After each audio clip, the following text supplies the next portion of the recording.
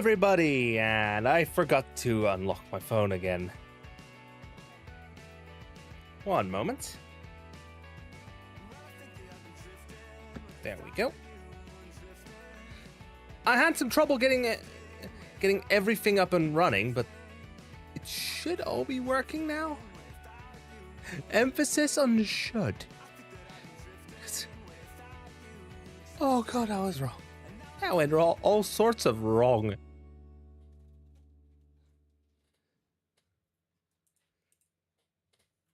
Please tell me the post. Yes, the post did work. Good. So now, let me just reset my tracking. There we go. It's Sunday. We just had Formula 1, and now we're going back into Final Fantasy 14. Let me get the game up and running real quick.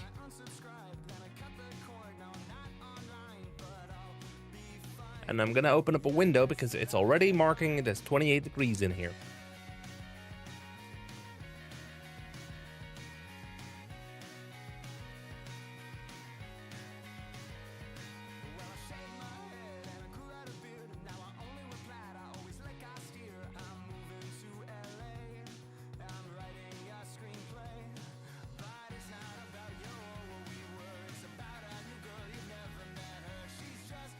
Three, two, one.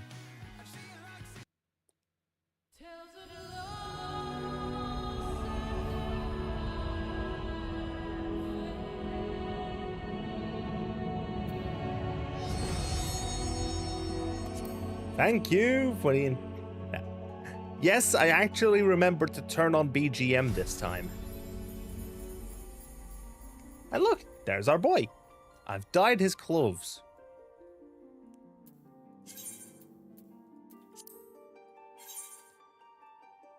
Also, my man, you shouldn't be slumping like that. I'm gonna go ahead and open up a window now.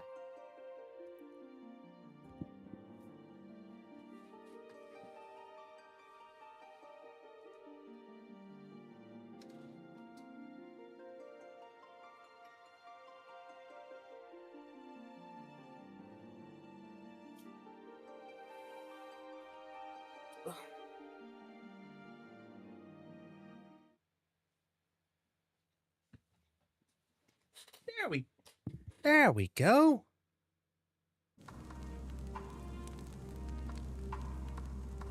Also, yes. I logged them out here.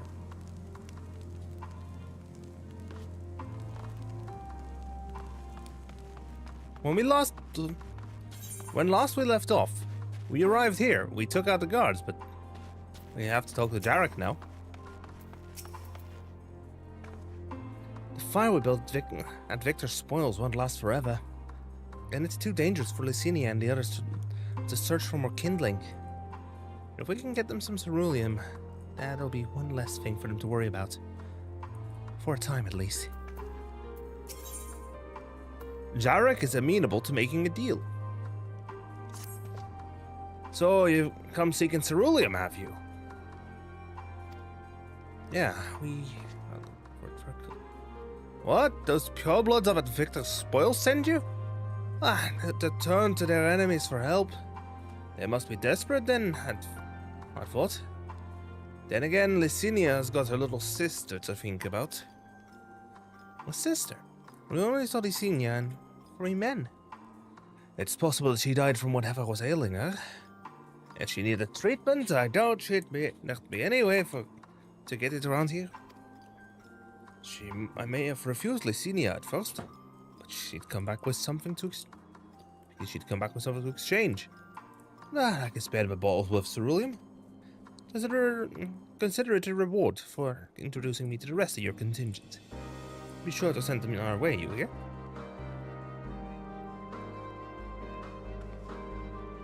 Can't for the life of me think why Licinia would keep her sister a secret from us. But we can ask about that after we've delivered the ceruleum. Come on, let's hurry back. I know what mount I'm gonna use, and it's to blend in a little bit.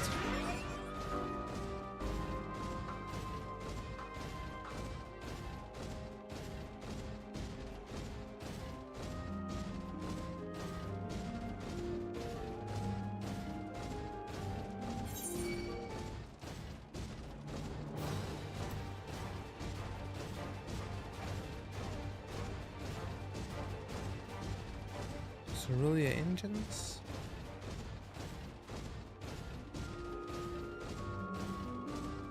Liminal Station 4. Liminal Station 4 is over there.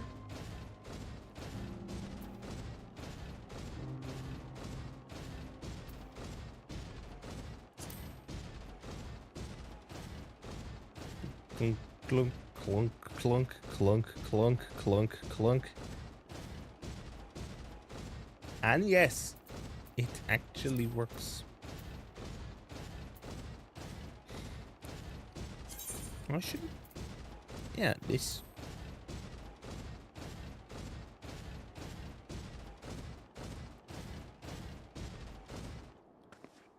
Alize? This isn't right. It's too quiet. I would have thought Alphina would still be treating them by the fire, but nowhere to be seen. I'll look inside the house while you search outside. They can't have gotten far.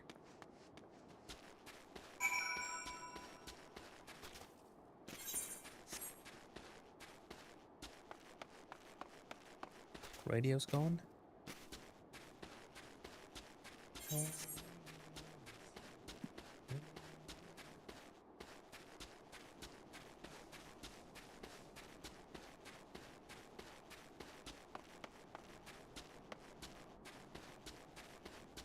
There they are. Alphino. Alphino, what's wrong? They asked me to help carry supplies. But when I followed them back here, they attacked me. Caught me off guard, forced me to defend myself. I fear they fared rather worse than me. Can't fool us, we know. We know what you're about. Vultures, that's what you are. Waiting in the wings for us to show weakness, and then you swoop. Here to help. What a rot, all that ploy to make us lower our guard. Let us in, put yourselves at your mercy. But doesn't change, steal our lands, get your revenge. You're wrong. That's not what any of us want. Save the arguments for later, we've got bigger problems. I found empty medicine bottles on a bed that was still warm. It's true. Lycidia was hiding her sick sister inside the house. But now there's no sign of either of them. Where are they? Where did they go? Away from you and yours. And if you think I'll tell you, you're a fool. I'd never give up my people. I'm trying to help them, you idiot. Her sister's ill. The empty bottles prove it. So the medicine ran out, or she put it in her pocket to make it easier to carry. Or to avoid the sound of clinking glass. There are beasts everywhere. How could you let them go alone? To protect them from you. From us. You invade our homeland, tainted with the same sorcery you used to slay our countrymen. A guardian should sooner die than suffer the insult. Better for them to flee, keep their purity intact, than be corrupted by your vile magics. We were waiting for a chance to free them since the moment you arrived.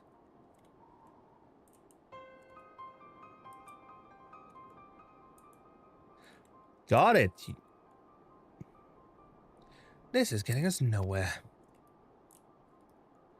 I cannot say how Lucinia and her sister will react when we find them, but find them we must. Go on without me, both of you. I just need to tend to my injuries. And theirs. I will join you in the search after. Alright, be careful. They are siblings. Their father disowned them. We'll do our best to find them quickly. Back over here. So that's where we'll start.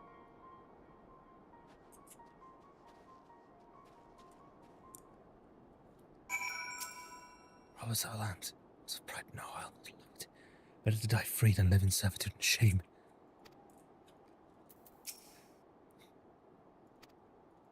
Alright.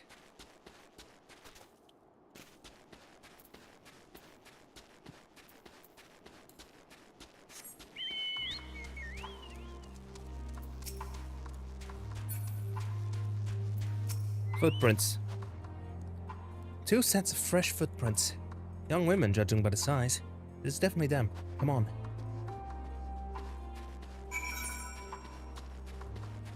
They're on their way to either monitoring station 6 or Tapper's Den.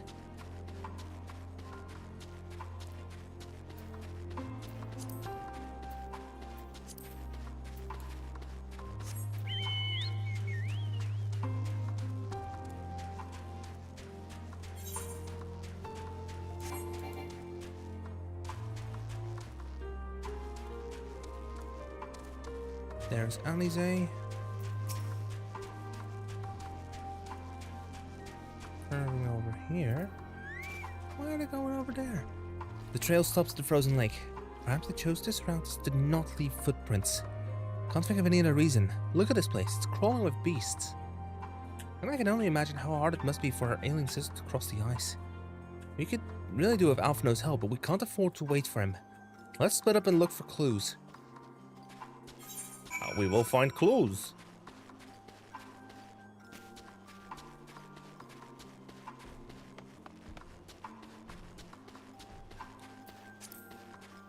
Okay, best not contaminate the scene.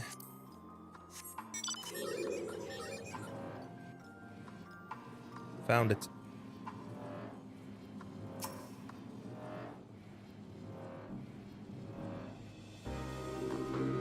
The empty bottle smells faintly of alcohol.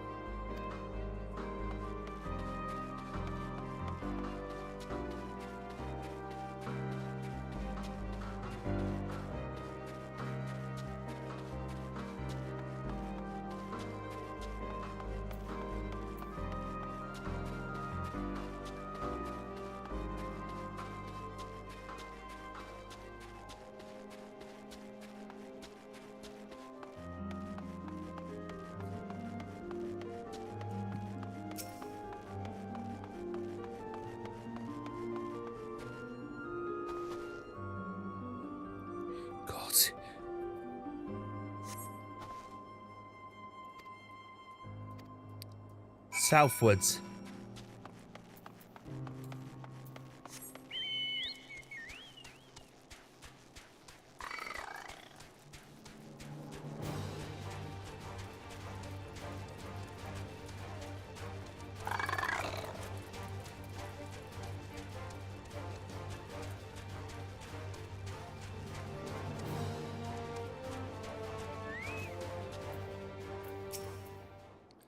Miss Licinia.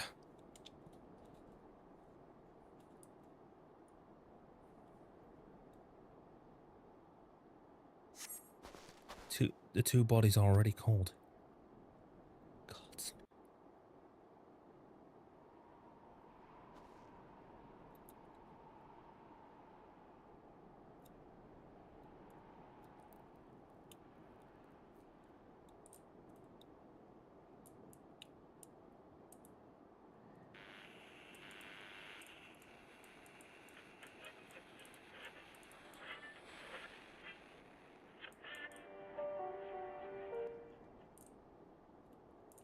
The radio just clicked back to life out of nowhere.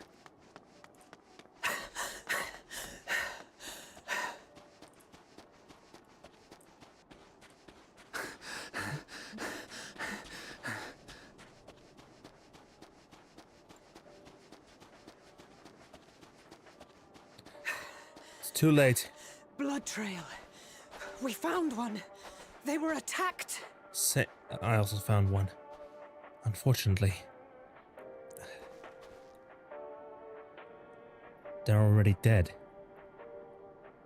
No.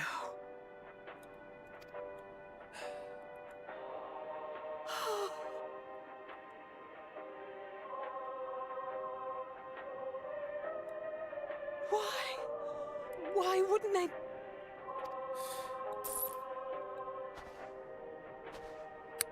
Safer to brave the wilds than trust in our magic.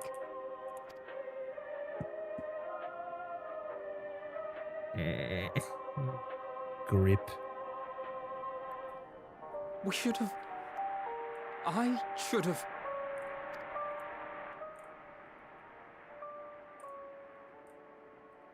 brought the radio with them, though. We can't leave them like this. What if we're only making it worse?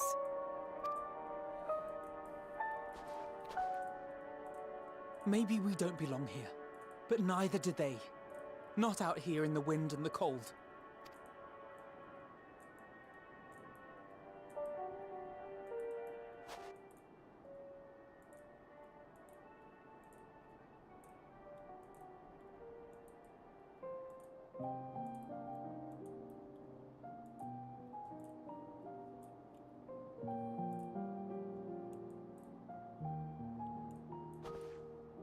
I heard the story about Varus's voice from beyond the grave. Of course, I didn't believe it, but Licinia and her sister did. Perhaps there is something to the tale after all.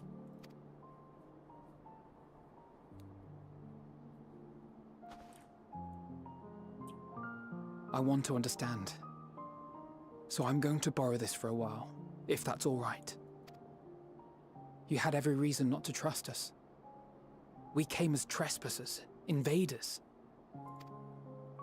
But I pray that in time, we will be more than that to you. That we will find a way to help your loved ones.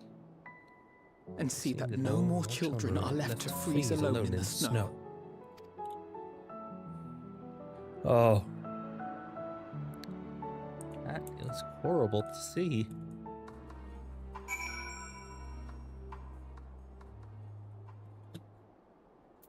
You know, what about all these bastards still over here in the back?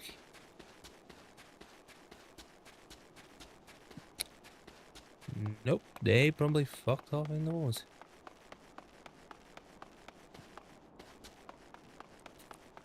Probably decided to hide behind those doors.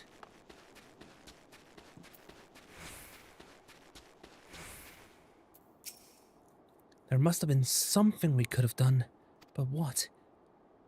Should we have never come here? Would they still be alive if we hadn't? If only we had the chance to talk things over. It's too late now.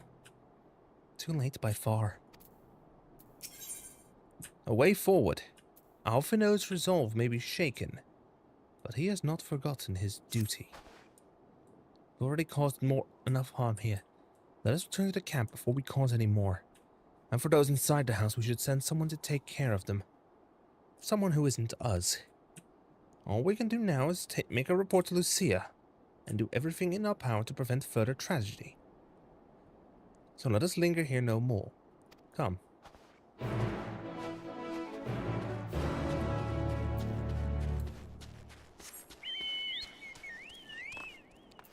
Why do I want to... Honestly, I wonder what...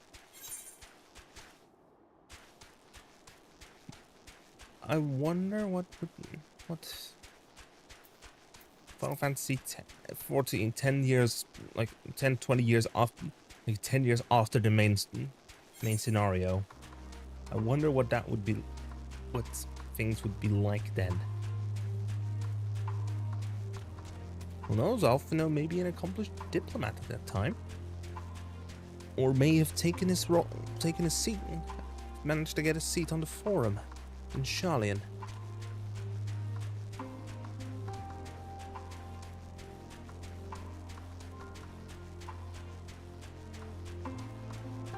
I wouldn't know. Nor is it likely we would ever find out. Come on.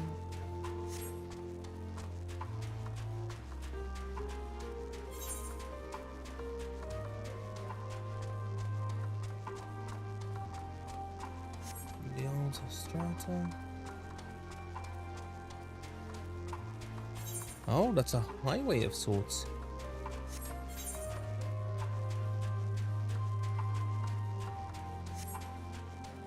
I guess I'll go back to this, to the routes. Oh, there's actually, these paths are actually well laid out. Of course, the streetlights aren't working anymore, but That's not to be surprised. That's not really all that surprising.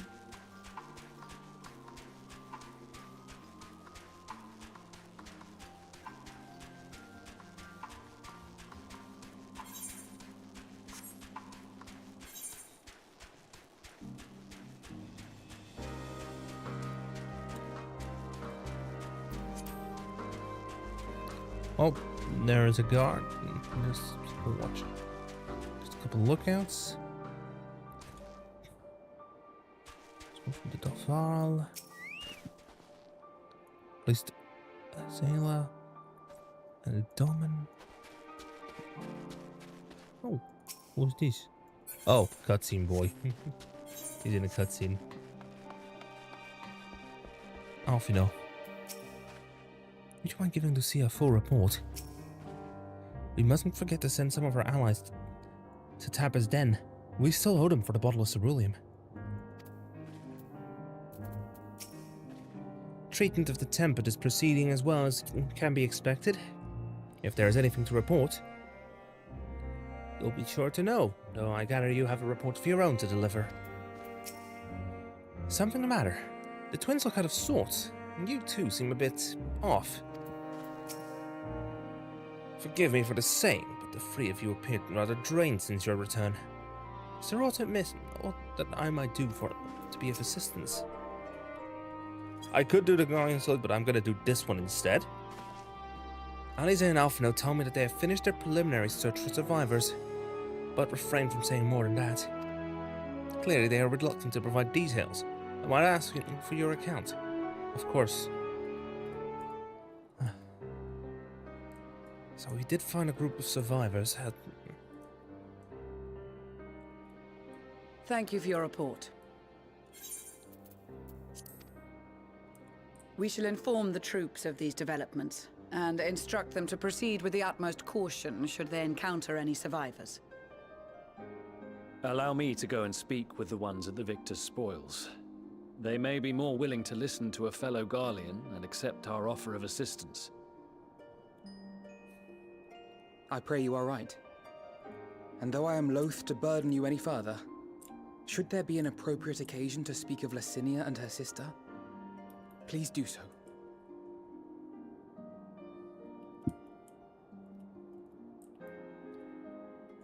I am sorry to have put you through this.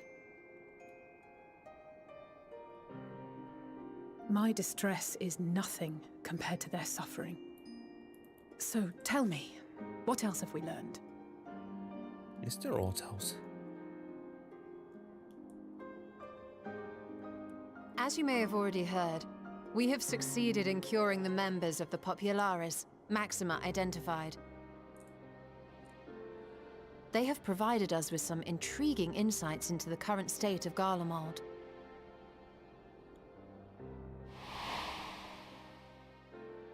The assassination of Emperor Varus was the catalyst for the civil war.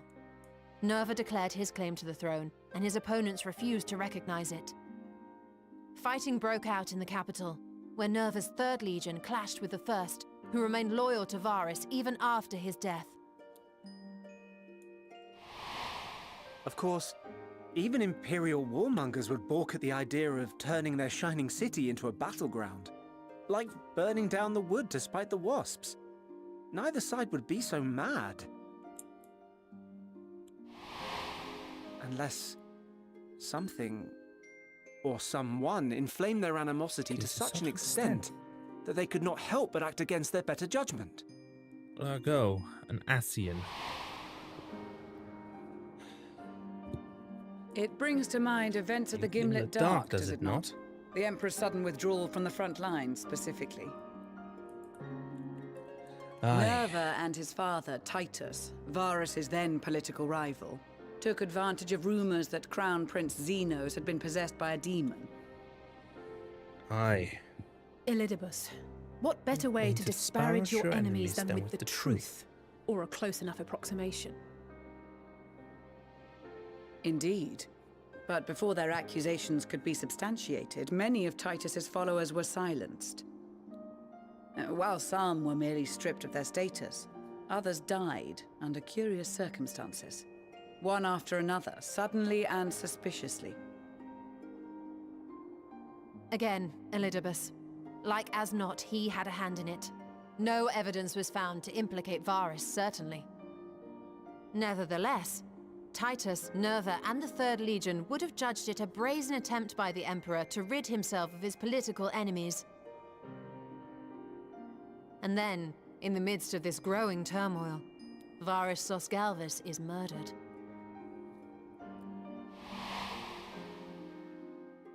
And Garlemald's own prodigal son, Gaius van Belsar, is named the murderer. Shortly thereafter, Nerva claims the right of succession, and in response, the First Legion claims the assassination was part of a coup d'etat orchestrated by Titus and Nerva. Yep. So no one is at fault, and everyone else is to blame. I should add that both parties received substantial financial backing, presumably to provide them with the means and encouragement to pursue a swift victory, and that these contributions came from the self-same benefactor.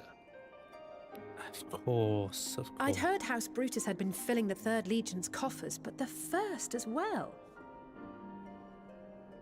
It would seem so. Though the Populares determined that the First Legion received funds from a variety of organizations, all had connections to House Brutus.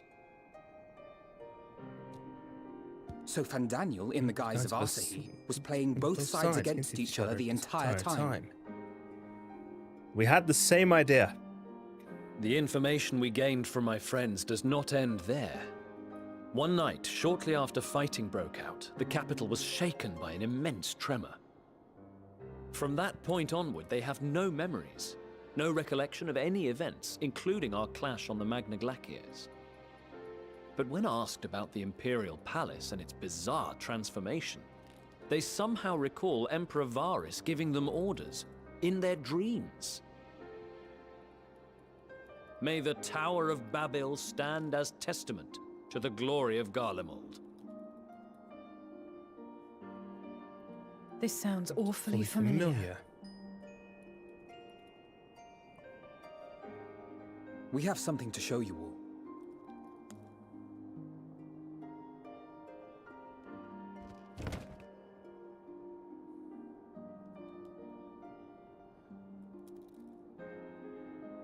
Varus spoke to them through this radio. Perhaps it was a recording, but if not, that would be inexplicable.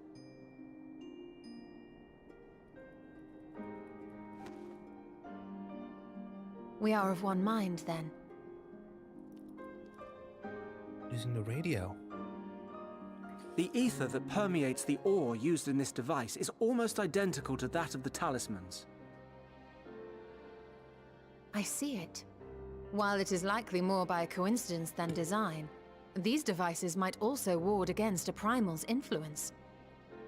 A picture is beginning to form. If the tremor felt throughout Garlemald was a wave of ether emitted by a primal, that means then while those within range would have been tempered, those huddled around a radio desperate for news concerning the Civil War would have been spared. No wonder Licinia kept it close. My friends, I must speak with you. Serena?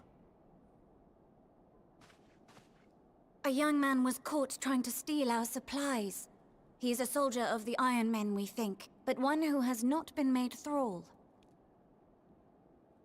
Thankfully, Magni restrained him before blood was spilled. The stranger is outside, if you wish to ask him questions. Bring him in. I think we do.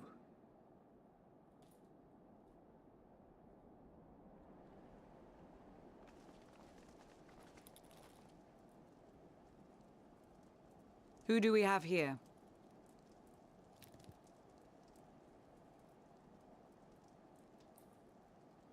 Garleans?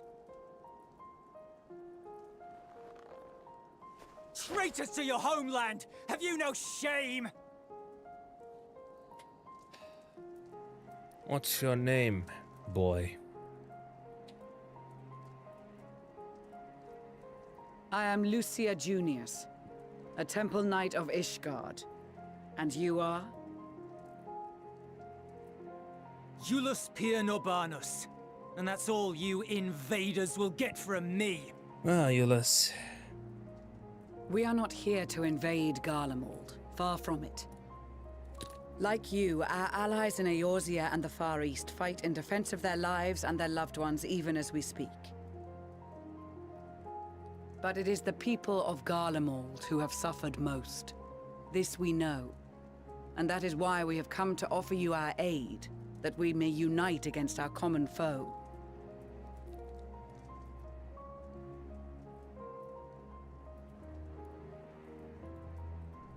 Whether you believe me or not, those are the facts.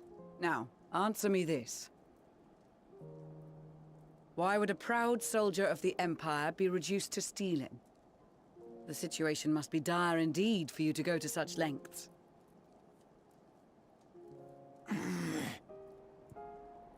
If it is supplies you seek, we would gladly share ours, or turn a blind eye while you leave with your spoils. I will not negotiate. My commander will determine how to deal with you and yours. If you wish to treat with him, I will take you, but no more than 3.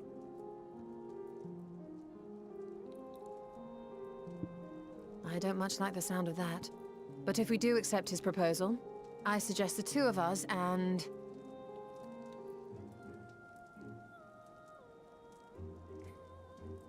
Please allow me and Alize to act as envoys. May I ask why? We have seen with our own eyes the hardships the Garleans face. How their futures and lives hang in the balance. It's not the warmest invitation, but it's an opportunity to prove our intentions true. Maybe not a chance to make things right, but a chance to make them better.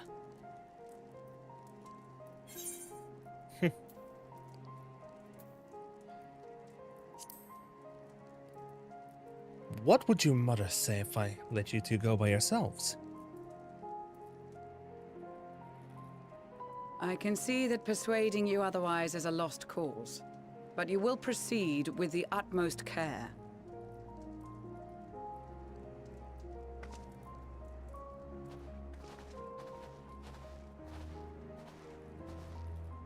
A couple of children and what? A sellsword? Is this an insult? What you're dealing with here? Not in the least. You will find that they are more than qualified to speak on our behalf. There are many dangers on the road ahead. I will need that back.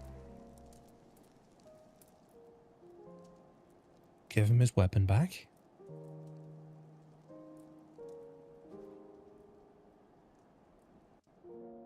No gunbreaker, but... What? Self-same model the guy has used? Perhaps it is unwise to volunteer for our mission so soon after the previous disaster. Nevertheless, I shall not squander this opportunity. I know. This won't bring back Licinia or her sister. Taking the same risks, making the same mistakes, it's possible, but better to try than to give up. Every time. The lowly task of keeping watch over provisions would not normally befit the sun. But these being unusual circumstances, I will let no man take that which is not by rights theirs. Said your farewells, have you? Ishtola? Sorry they were not in the best states of mind to volunteer. They were not in the best state of mind to volunteer for this undertaking. What's done is done. I know you will take good care of them. And yourself as well, I trust. They are resilient to the face of hardship. You as well. Okay. Lucia? You will be received as invited guests. So I urge you to observe proper social etiquette and conduct yourselves accordingly. Your safe return takes precedence above all else. Remember this. Fankred in particular will be worried sick if you're gone too long. May the Fury watch over and keep you. Jullus Per Norbanus. It's unusual for one so young to achieve such a high rank. Very unusual. His uniform identifies him as a member of the First Legion, which has a particularly fierce reputation. Whoever his superior may be, I advise you to approach them with caution. We captured the boy as he was about to make off with our food. He must be very hungry to take such risks. Maybe we should give him something to eat, reward him for his boldness.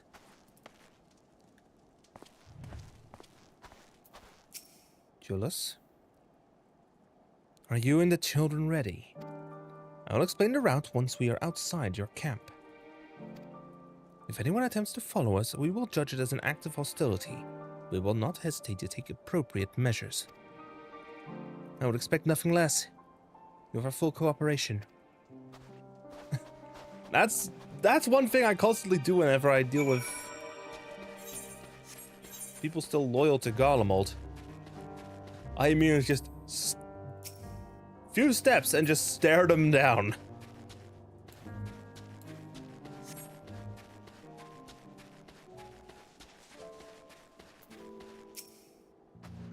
Where do you think their headquarters are? I assume there are a few others beside him and his commander he mentioned.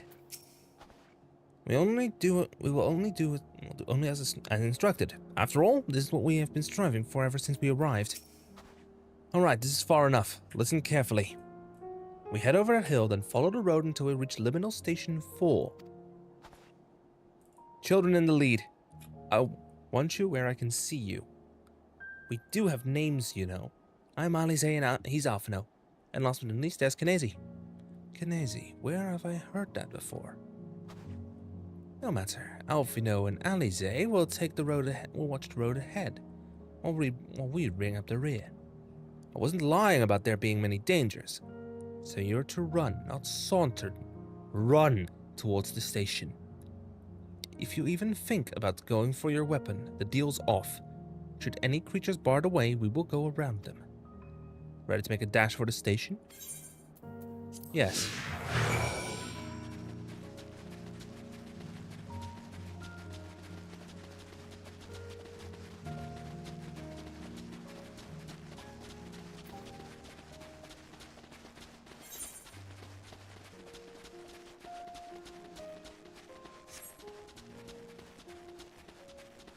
Oh.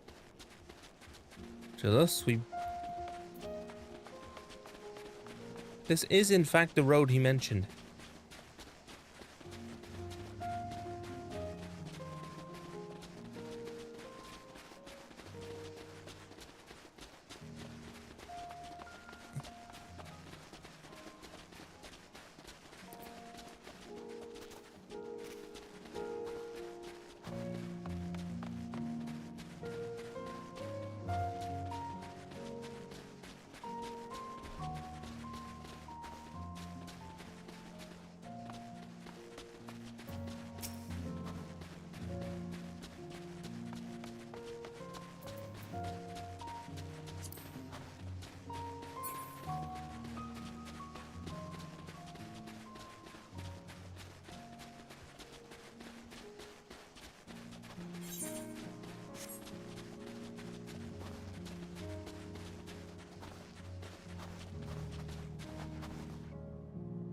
There we go. Liminal Station 4.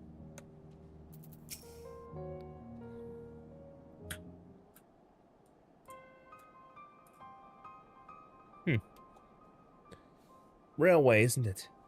This is it, the first stop, that is.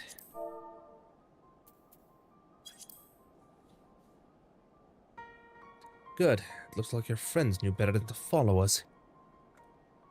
Are these your headquarters? No, we're stopping here so I can check for pursuers. Since it appears you've kept to your side of the bargain, we carry on.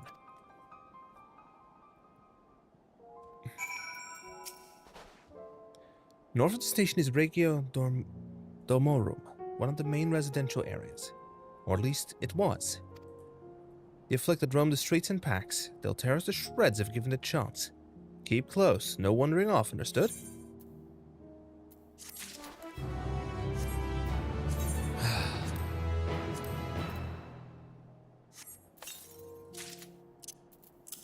If you do not trust us, it's okay.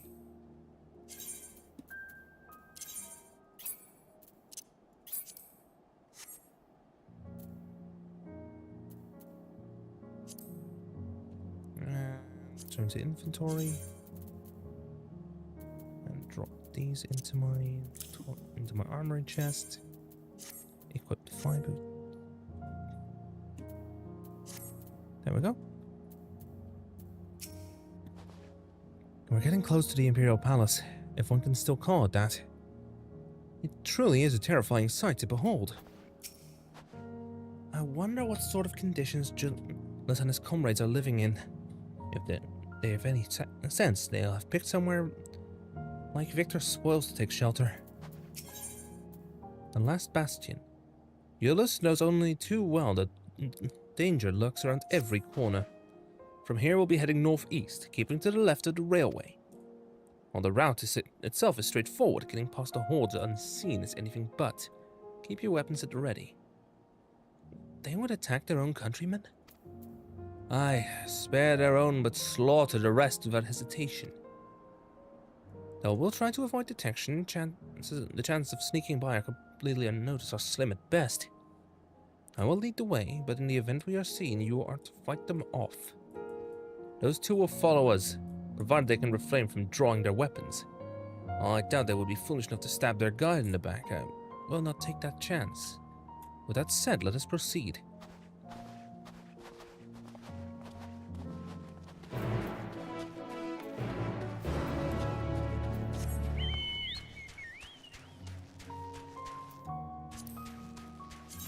Wait, since I'm going to be using this one.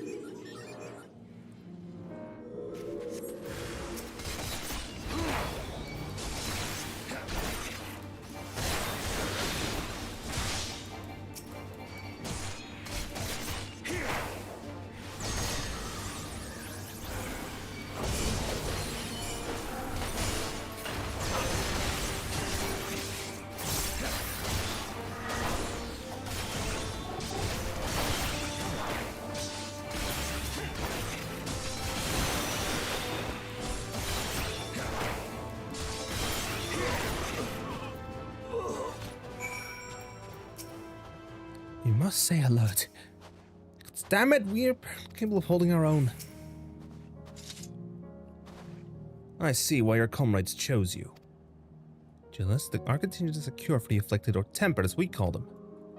Your people would need to be taken into custody, so that we may administer the treatment, but they would eventually regain their sanity. That's so. For all I know, your treatment would simply force them to forsake one master for another. As far as I and my legion are concerned, they are no longer our people. They're beyond saving. Those who fought differently and tried to reason with them were butchered for their bleeding hearts. Come, we have to keep moving.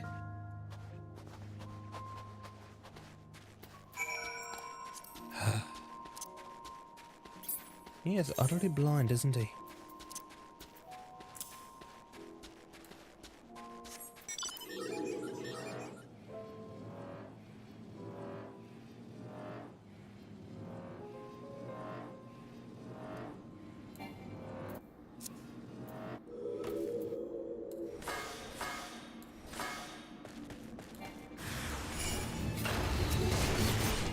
Long live the Emperor.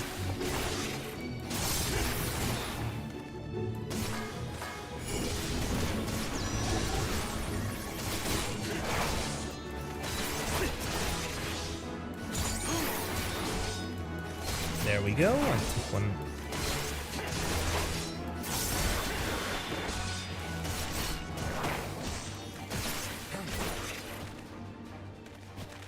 Clearly, you and I have a much different left of the tracks, because I stayed exactly to the left of it, but no, you guys are ooh. He told you bear this burden alone. Looks like we're not being followed. We will continue onward.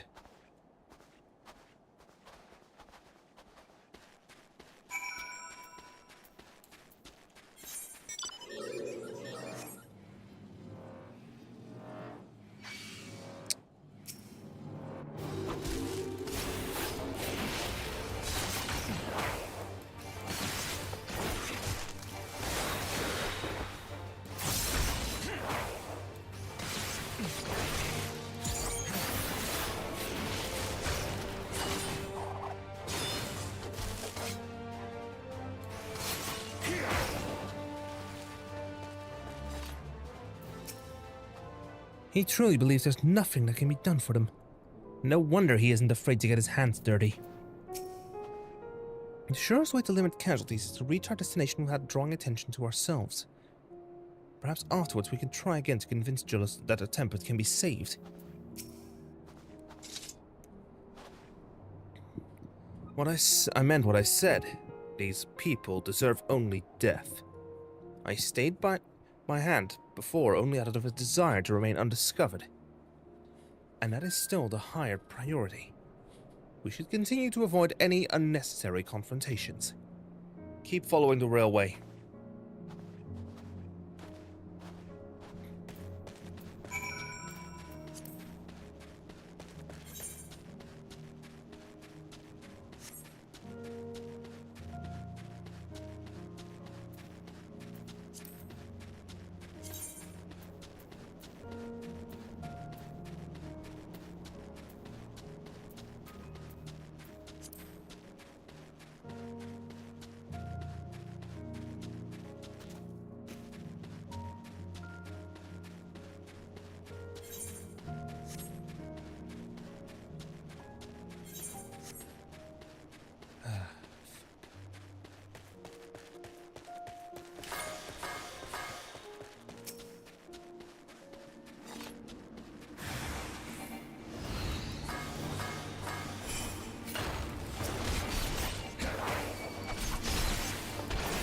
These guys have been twisted.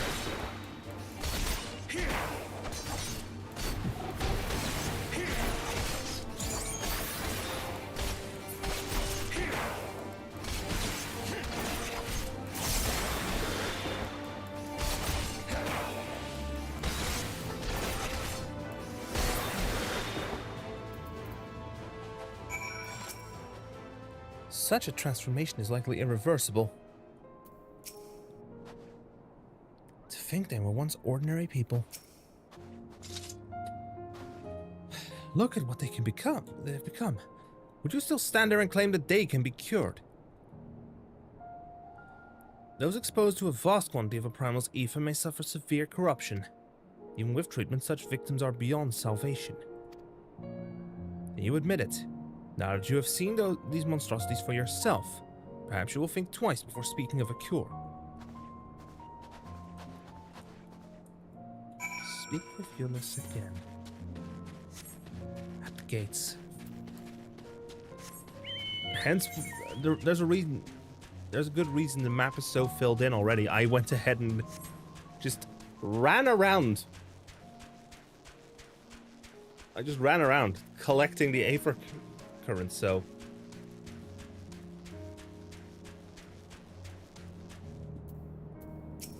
Alphino? I thought though I wish there was another way. Thank you for keeping us from harm. Even here in the outskirts, it's plain to see how vastly different Garlemald is compared to the other cities. We're almost there. You've kept your side of the agreement, so I'll keep mine. This way.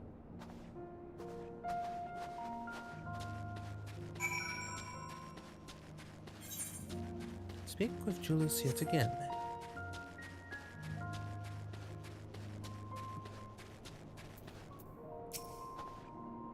This is Tertium, one of Garlemald's largest stations.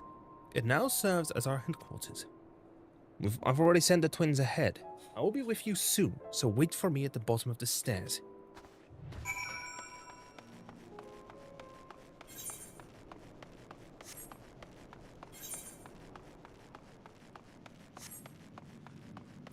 Theodora clearly has no intention of speaking with us.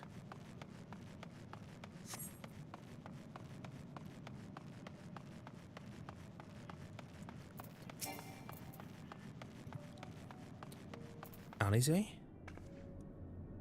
I had no idea it had such expansive structures built underground. Yeah, me neither.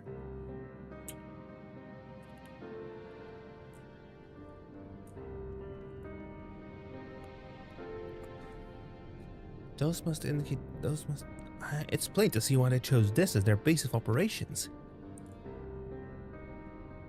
They could have done a lot worse. Even so, I imagine it's not the easiest place to live. Indeed, and if Julius was willing to make the perilous journey to Camp Broken Glass in search of food, their own supplies must be all but exhausted. They may be shielded from the wind and snow, but it's still bitterly cold. Much like Victor's spoils, it must be a constant struggle to keep their people warm.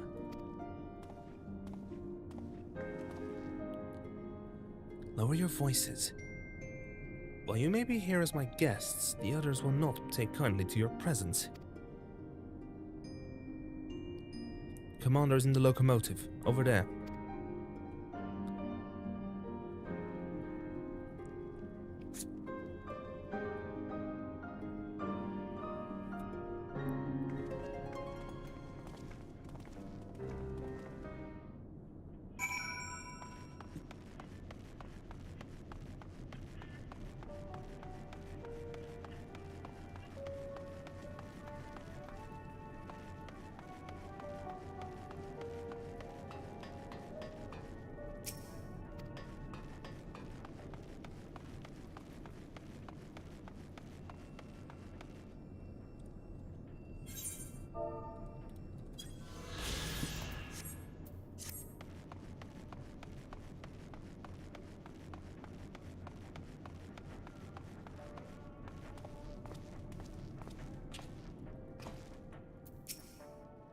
I will deal with you in a moment. Now comes the true test. He certainly looks the part.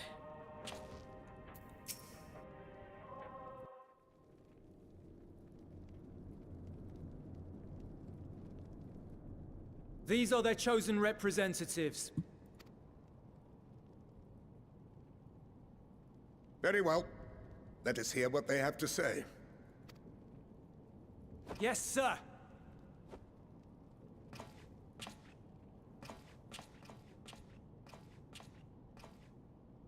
I present to you our commander, Lord Quintus Vankina, Legatus of the First Legion. The first? I had no idea you had survived.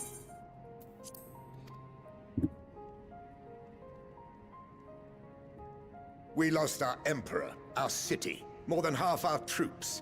For my wounds, I may never take the field again. But we survived, aye. A meager existence, but... In a manner much to your liking, I dare say.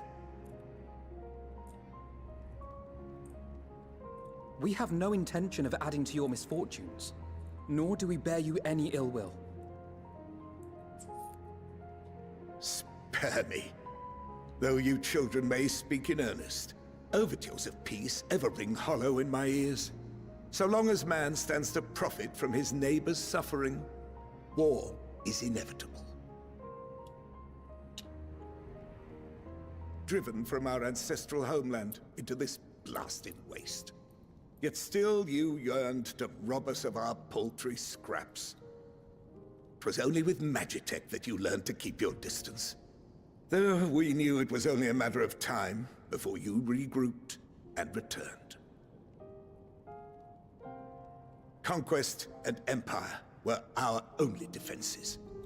Emperors Solus and Varys understood this, and through their campaigns saw us grow and prosper. Much blood has been spilled in Garlemald's name, aye. But if it is a choice between yours and mine, then it is hardly a choice at all. I do not deny that a great many conflicts throughout history were driven by the desire or necessity to gain by another's loss. That is not why we are here. Nor have we come to petition your aid in the war with the Telophoroi, grave though that threat may be.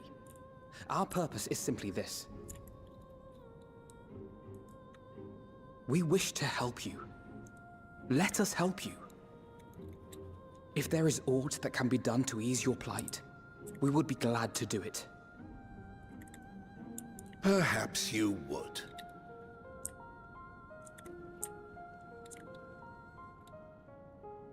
But regardless of the ideals you espouse, Your leaders would not send an army into Garlemald if they did not stand to benefit. If we accept their aid, they will expect their efforts to be rewarded once the Telophoroi are no longer a threat. And after compensation and concessions, the great empire would be brought to heel. Her enemies rejoice at her downfall. Our third eye, a mark of shame. We won't stand idly by and let your people be humiliated. And we're not alone in that. We only want to make a difference, to make this world of ours better. Surely you can understand that. What I'm trying to say is, there are so many people who just don't care about making you suffer. And maybe that's almost insulting after all the suffering you feel the world has subjected your people to, but believe it or not, that's the truth. And now we're here, and all we're asking is for you to tell us what you want, what you hope for. So much blood has been shed, so much lost. All because of this endless war. Who wouldn't want to end it? Can we not work together to face our problems as one?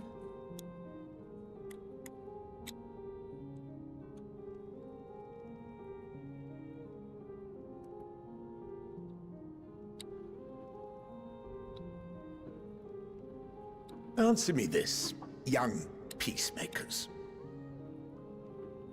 If a world without conflict is your desire, why reject the unity and prosperity of Garlemald? Is it because we do not share your faith? That we do not share your heritage? That our ideals and virtues differ? That we cherish and hold in the highest that which you do not? Disparity is the root of discord, and peace built on compromise is flawed and fleeting. Happiness for one and all is a dream, and the reality is that to the victor go the spoils. That is why we Garleans will never submit nor surrender. For freedom and for pride, we will remain true to ourselves until the bitter end. That is my hope.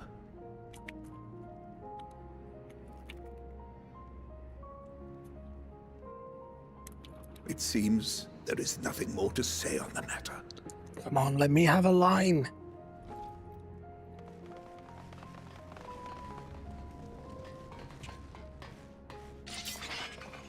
Ah, the classic pot helm design. You will remain here while I decide what is to be done with you. Do not be alarmed.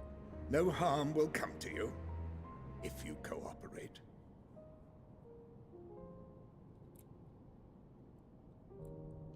Fine then. We will not resist. However, as your guests, I ask that we be allowed to speak with the other members of your group. As you wish. I had no intention of locking you up, as by dawn you would be frozen stiff and you're no good to me dead. You are free to move about the encampment, but there is one condition. Collar them.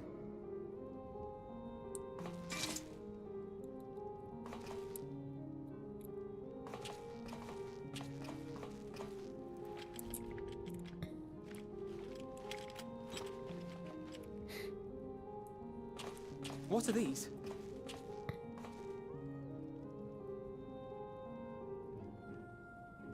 Incentive. You'll be watched at all times. Stray too far or act suspiciously, and we will administer a rather painful shock. Stop. Keep away from that one. Oh? The champion of Eorzea is not so easily cowed. You realized?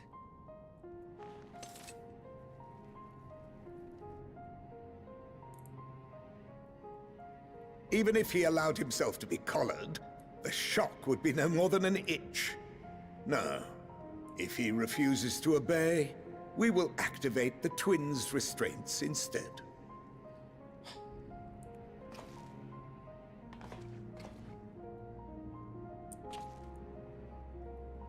You needn't worry about us. We'll forget we're even wearing them soon enough. Even now, you still... Why go to such lengths? What is it all for?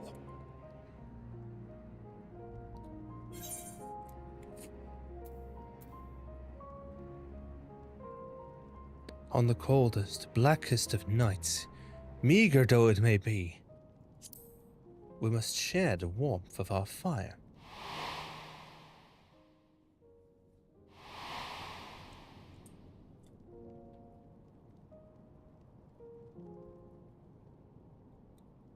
A friend of mine once said that.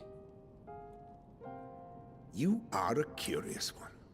A far cry from the merciless barbarian others paint you to be. Because they have never seen me outside of battle. You will be their warden. Take them away. Yes, sir.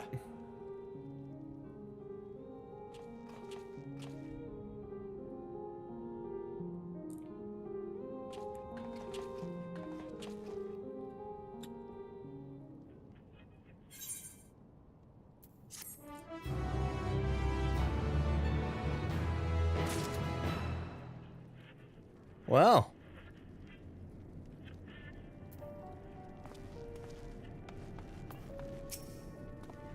While everything above ground is in complete ruins, the station has so far escaped more or less unscathed.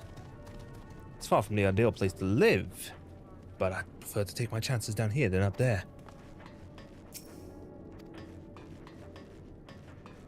Off you know? It'll take more than a trifle such as this to deter us. Compared to what Garlemald's people have suffered in recent days, these collars are a minor inconvenience. I have to remind myself not to touch it, even if it starts to itch. I'd rather not set it off by accident. Anyway, enough about that. Let's learn about what we can from the refugees.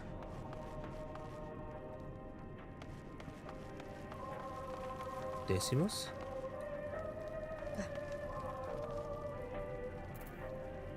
Darling, I'm sure he managed to escape, just like we did. I know who you are. Kinesilayaches, champion of Eorzea, yes? So our orders are to give you the run of our encampment, but I have my eye on you. So, what business do you have with me? This is Tertium, third among the stations that encircle the city. The decommissioned carriages here now serve as the 1st Legion's temporary base of operations. It has also become a safe haven for those fleeing the turmoil that has befallen the capital. What scant supplies we have are distributed among civilian and soldier alike, and we strive to maintain some semblance of order in these dark times. Our true objective, however, is to not merely to survive, but to reclaim our home. We have no time to deal with your band of savages. If you dare to interfere in our affairs, we will not hesitate to cut you down. I am Decimus, Centurion of the 1st Legion. It is my sworn duty to defend Garlemald from barbarians such as you, and your very presence here is an affront to my honor. Rude? Malus? Get out of my ear, will you? I'm exhausted, and the last thing I need to hear is you and your drivel. Salinos? Stay away from me, you hear?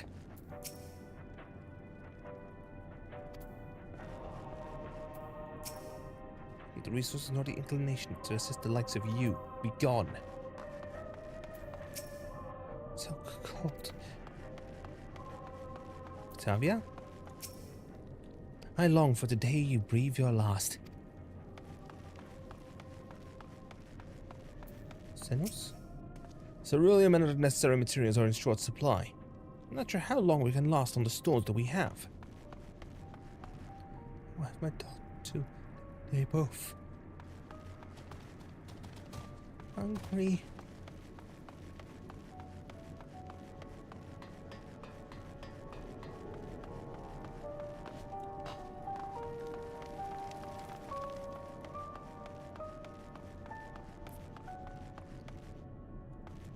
The air is ice itself.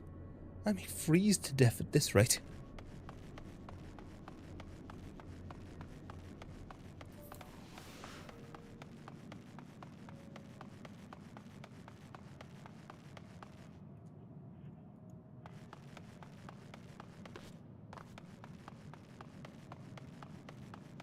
Theodora. There's only so much I can do until we are able to procure more medicine. We cannot safely move the injured, and what little provisions we do have are spent keeping both us and the survivors warm. I'll help you carry them.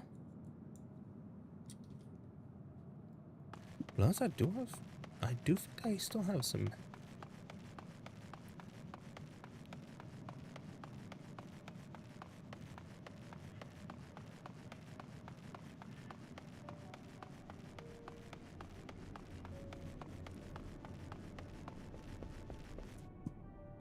Oh, these are beds. Amania? No matter what may betide, I have my daughter, and that alone shall keep me from succumbing to even the darkest of nights.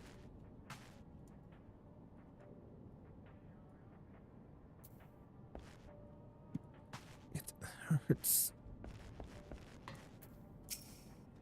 I've never been this cold or this hungry in all my life. While Garlemald was built on a frozen waste, the city itself was always a warm and inviting place. Now all we once had is in ruins. I can't feel my fingers.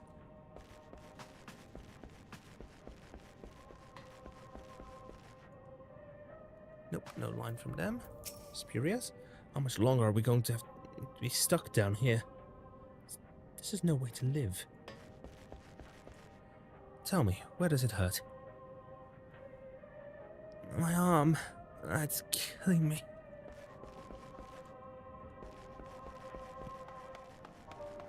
Okay, I've got all the NPCs, I think.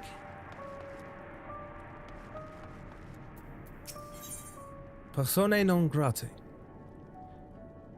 Jolus has his orders, unpleasant though they may be. As per Lord Quintus's instructions, I am to supervise you during your time here in Tertium. Before you ask, no, I don't have a key or any other means to remove your collars. Nor would I tell you if you did. If I did. And if you try anything, you'll soon wish you hadn't. So, do you truly intend to speak with the others, or was that merely a ruse? We are in no hurry to disobey Lord Quintus, if that's what you mean. Or perhaps you doubt the wisdom of his decision.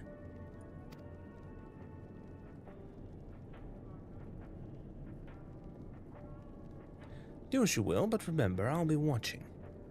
If I catch wind of you doing anything untoward, try to trick our people into turning their coats and the like, those shock collars will be the least of your worries, understood? Though we're somewhat compromised, to put it lightly. Let's not waste this opportunity. I suggest splitting up and learning what we can of their situation. And above all else, don't use magics of any sort. You, on the other hand, may go wheresoever you wish. Even outside the camp, I know full well I couldn't stop you if I tried. But do not forget, if you do anything to endanger us or our interests, Alphino and Alize will pay the price. Said, don't make me repeat myself.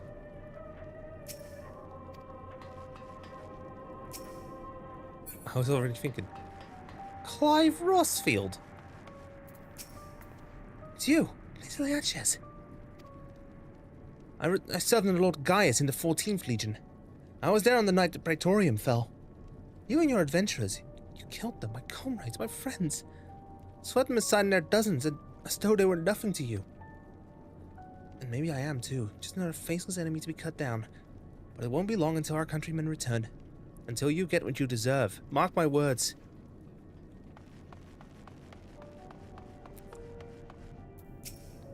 So cold.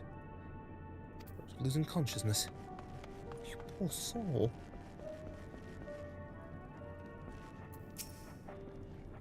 I know who you are. The so-called champion of Eorzea. Come to gloat, have you? Oh, wait, that smirk off your face. By the blood of our fallen compatriots, I swear. Tore the sutures. For the times, the worst of the lot within striking distance, and I can't even muster the strength. If it weren't for the third bleeding us, it'd be the end of you. Vasilia's treachery nearly lost Lord Quintus's life. But we made our escape. Took shelter in a mansion, tended to the wounded as we prepared to strike back, and then... nightfall, we gathered around the radio. Then the roar, that terrible roar. The capital was in chaos, but we were spared. If you can call this a mercy, mind intact but body broken, a soldier in name alone, I'd cut you down where I stand if I could. Murderer.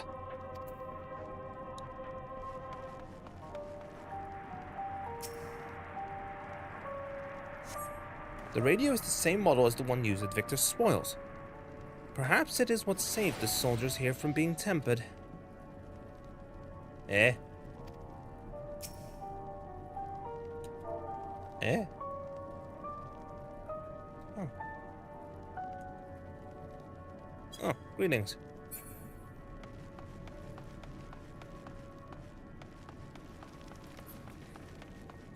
Hello? You came with Julius, didn't you? Well, whatever business brought you here, you'd best keep your hands off that aephorite. It's deactivated, but I'd rather you didn't mess about with it. There are others throughout the city, built by Guardians for Guardians.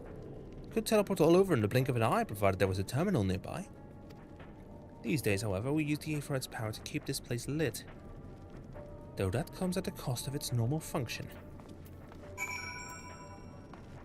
That explains the wires. Battery bank or something.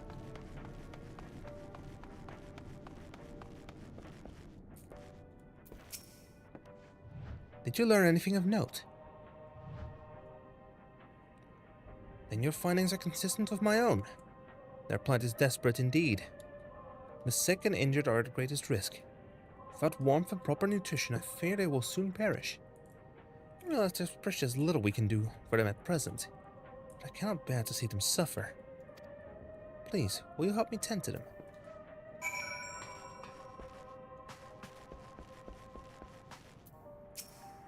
So cold, and probably hasn't had a proper meal in days. If only we had brought some food with us.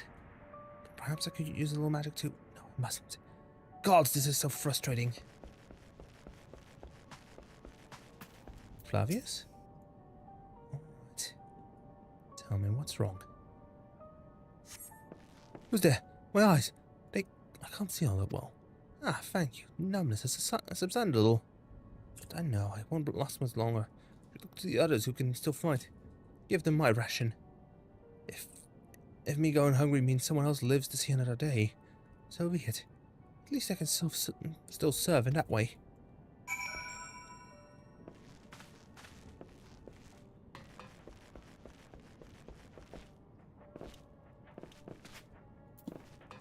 Off you know.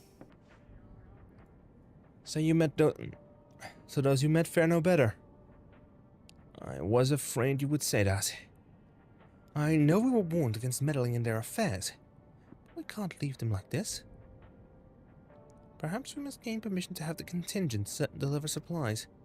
Quintus may have made his feelings on the matter quite clear, but even he must recognize they are not in a position to refuse help. Maybe Julius could persuade him, though we need to persuade Julius first. Julius, my man.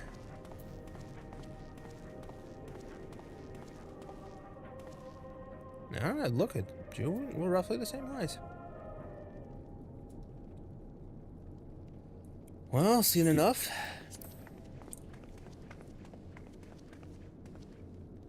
Julius, the people here have barely enough food and fuel to survive. Have you and the other soldiers been able to procure any more supplies? We've been scavenging provisions from the nearby houses, as most families kept some stored away in the event they were snowed in. Still, going out and getting it is dangerous work. with a lot of mouths to feed. Fuel is the greater concern, though. We had some ceruleum set aside until it was stolen. We haven't identified the culprit. Could have been other refugees or one of the afflicted for all we know. Either way, we're down to the last dregs. Without the heating they need, those in poor health are only going to get worse instead of better. If it's ceruleum they need, our contingent has secured a ready supply. We can have some sent over. We will not accept your charity. If we can hold on a little longer, the situation is sure to change. Everything will change.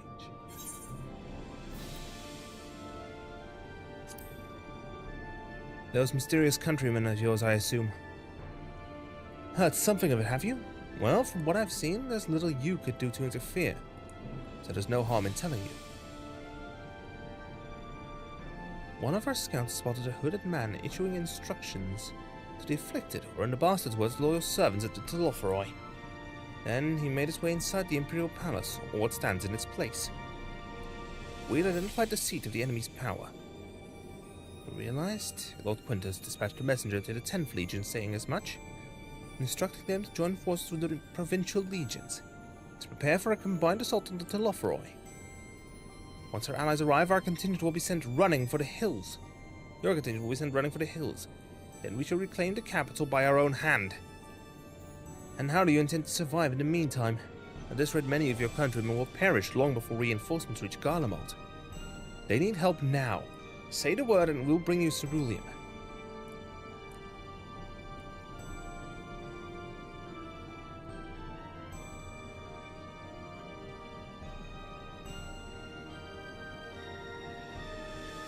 I will speak with Lord Quintus.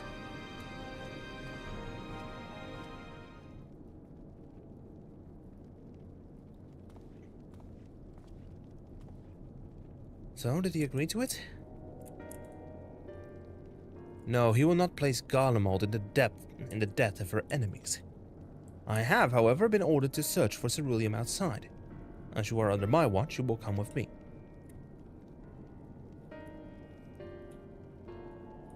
Very well. After all, many hands make light work. You lot are more trouble than you're worth.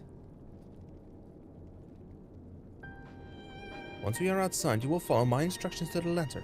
We depart shortly.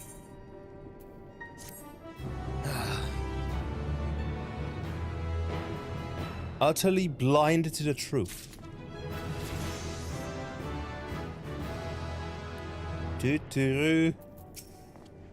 Though it's hardly the solution we had in mind. It will have to suffice for the time being.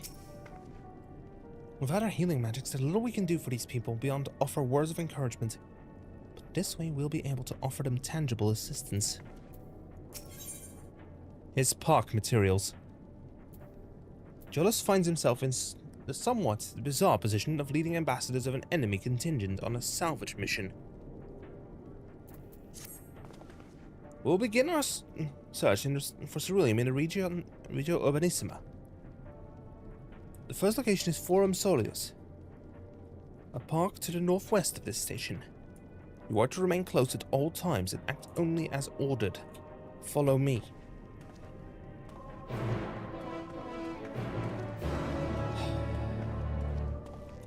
Rick.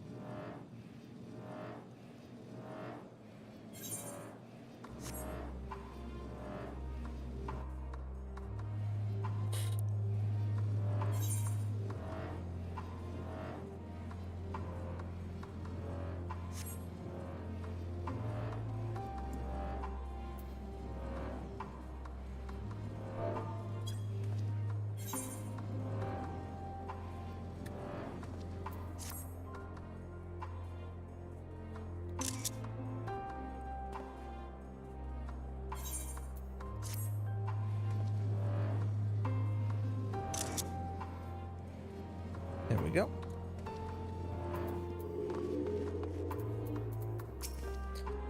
To think this macabre graveyard of a war machina was once a park. This is the place. What? Oh, we are almost in ants.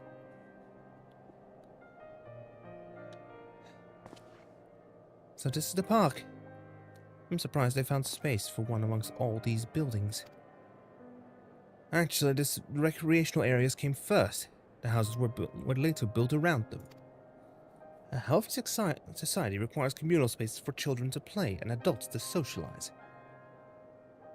The park was named after the founding father of the empire, the great Solus dos Galvas.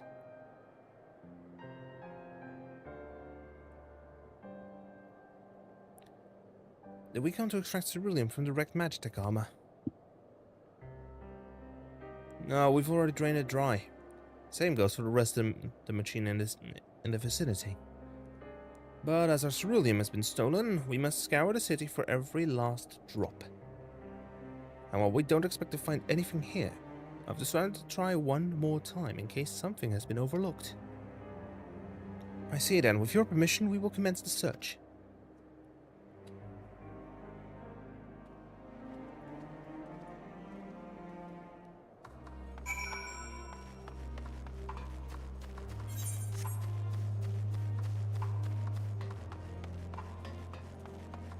Shop counter.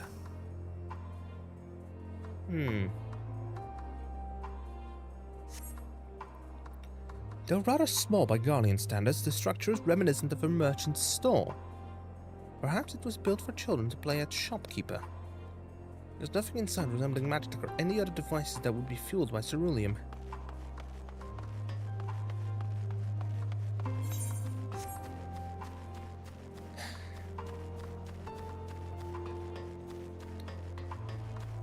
Let's talk to Alfino first. Oh, a map of the park. I don't imagine there would be much need for Magitech in a park of all places. But then again, I wasn't raised in Garlemald. They may have uses for ceruleum I've yet to consider.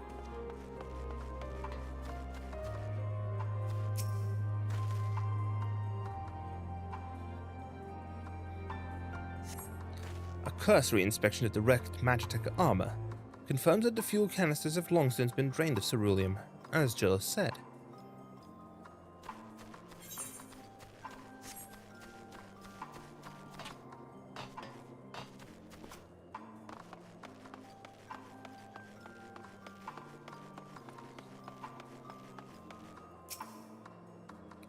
Map of Forum Solius. Several points of interest are marked on the map of Forum Solius. The pond, children's play areas. To your knowledge, however, none would require the use of ceruleum.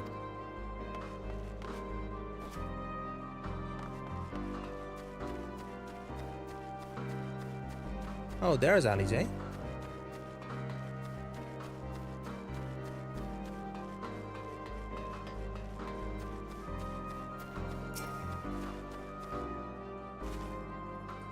This, whatever it appears to have some sort of symbolic meaning relating to this park. Even though the place is named after Solus, it doesn't seem to be a statue of him. Well, at least not anymore. Maybe it was once a fountain? Or somewhere the man himself used to sit? Not that it would matter, even if we knew, but I can't help but wondering. Yeah, it's a rock.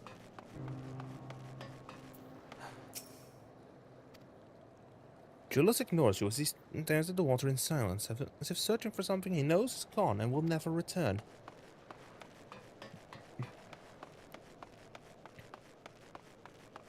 You used to play here yourself, didn't you?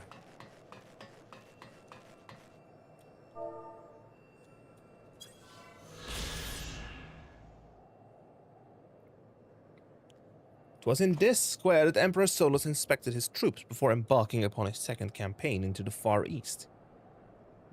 The Imperial legions were ultimately successful in their subjugation of the Kingdom of Dalmasca, and officials celebrated the grand victory by transforming this parade ground into a commemorative public park.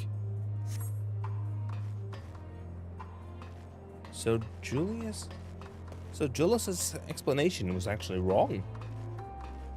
Oh. It's got 3 slides. You could go in any which way and then run back up the stairs. And this looks like it used to be sand. At least sand, but it's very much frozen over.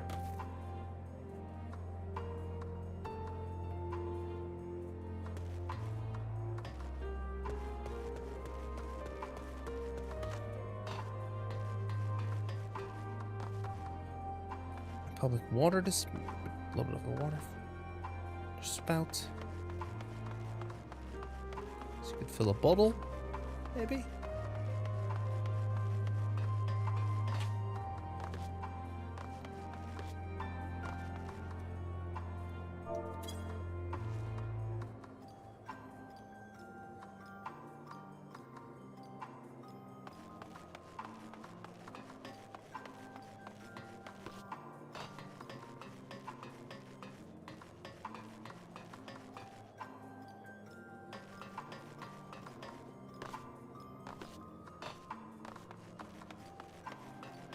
How deep is this water anyway? Not very deep.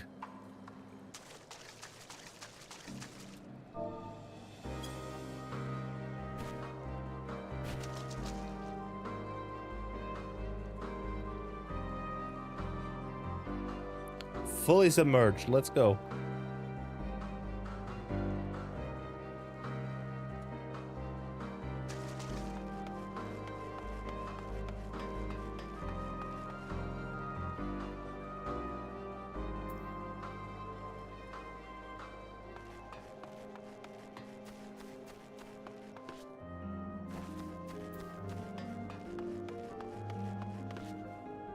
Look, I'm waiting for this. I'm waiting for this to end.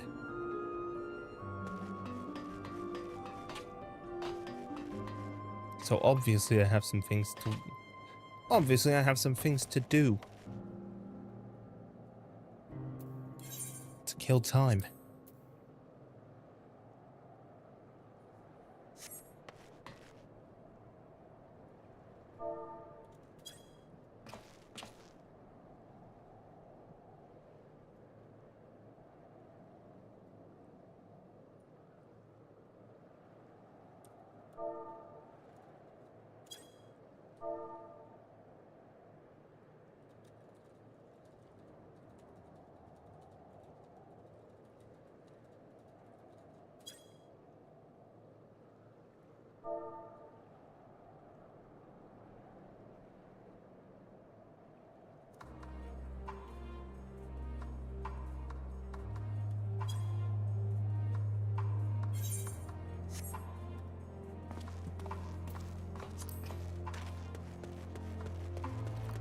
Children's slide. Anything more for anything more. The contraption is built in the style of Imperial war machine, armed with a battery of weapons capable of transforming into different configurations. But upon a closer inspection, it appears to be no more than a children's slide.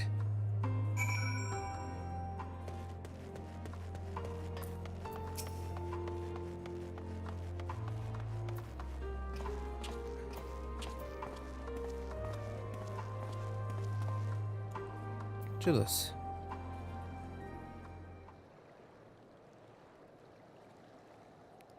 Is something the matter, sir?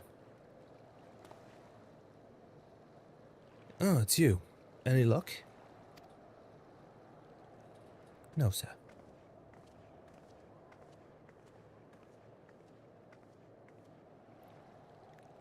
There's no sign of any ceruleum.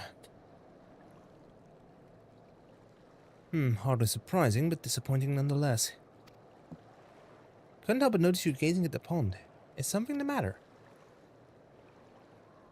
What? Yes, I mean, no, It's just, I used to bring my brother and sister here to play. The pond was heated to stop it from freezing over. So like all the other children, they just had to wade in and splash about. Would have stayed there if I didn't drag them out. We'd be sopping wet when all was said and done, every time. And every time we get home, Mother would scold us, saying we'd catch our death walking around like that. The pond was heated. With a cerulean-powered heater by chance? Suppose it must have been. Come to think of it, I remember seeing engineers changing out a tank beneath a hatch.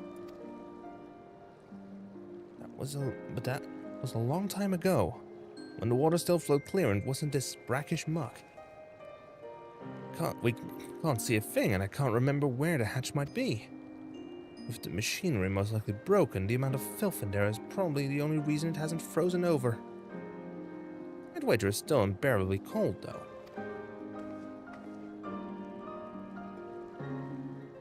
Julius, what are your thoughts on magic? The average Guardian would jump out of their skin if they saw it.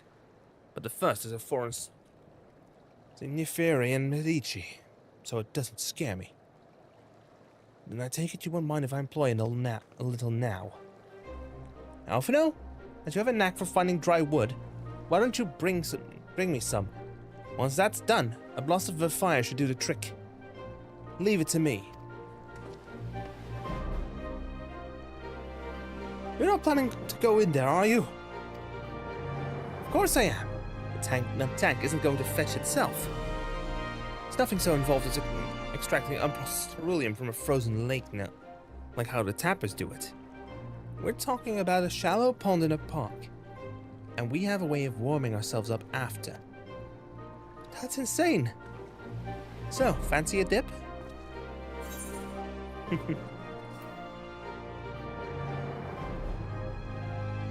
I can do a silly line, but I'm not gonna. The last thing we need is you catching a cold. If you're that concerned for my well-being, you can dive in and help me look. The quicker we find that ceruleum, the sooner we can get out of here.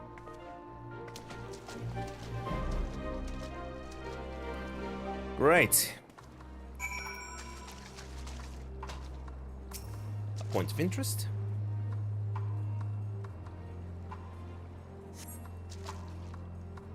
You delve into the murky water but come up empty-handed.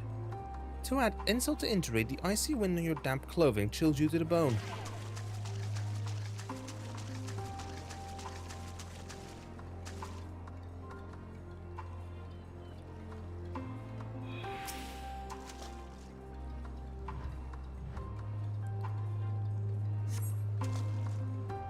Beneath the water, your fingers catch on what you think might be a handle. Oh, it's over here.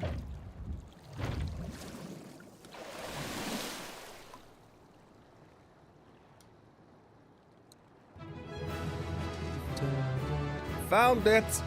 You open the hatch and retrieve a ceruleum tank.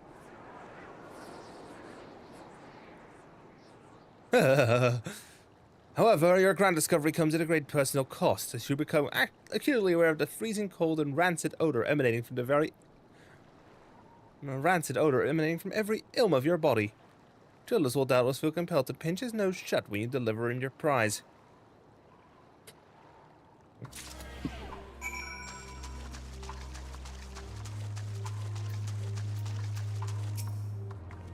You found it? There must be another one around here somewhere. Julius? Did you find anything? I hope you did. Yep, here it is. I really should take a shower. That's it. And there's still some ceruleum left.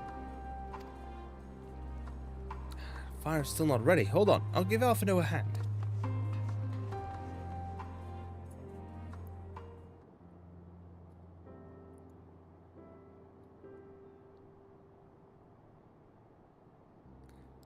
Call me an old Don, because by fire I am reborn, and my clothes are mostly dry now too. I appreciate you recovering the ceruleum, but I wish you had taken the time to discuss the plan with me beforehand. Despite the way you've been treated, in Lord Quintus's eyes, you're still an envoy deserving of protection. If you were to die on my watch, he would be most displeased. Your concern is duly noted, but all's well that ends well. Julius, you mentioned coming here with your younger siblings. Did you grow up in Garlemald? I did, not far from here.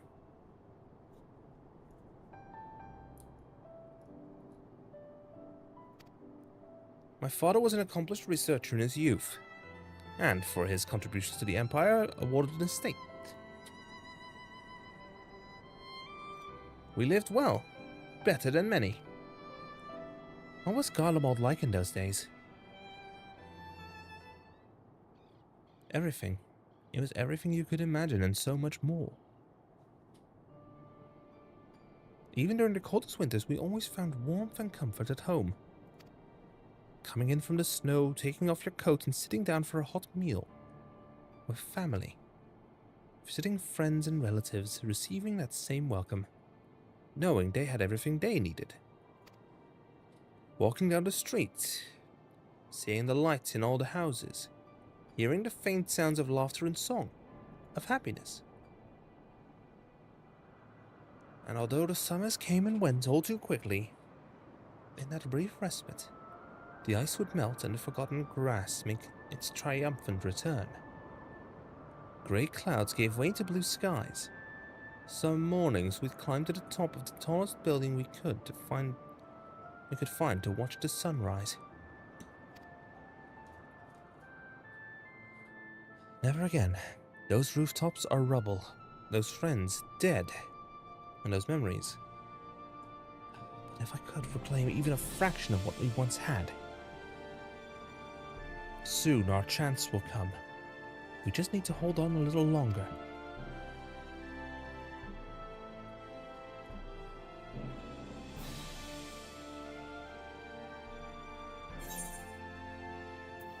Sounds like you carved out a pretty good existence, all things considered.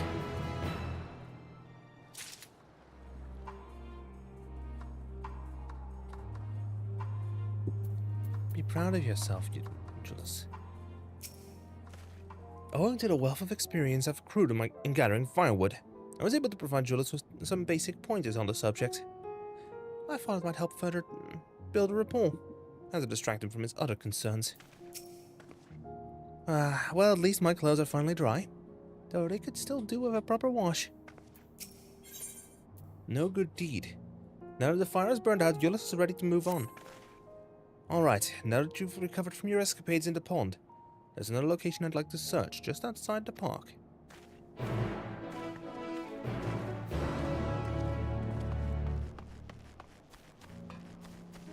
That's dangerous, buddy.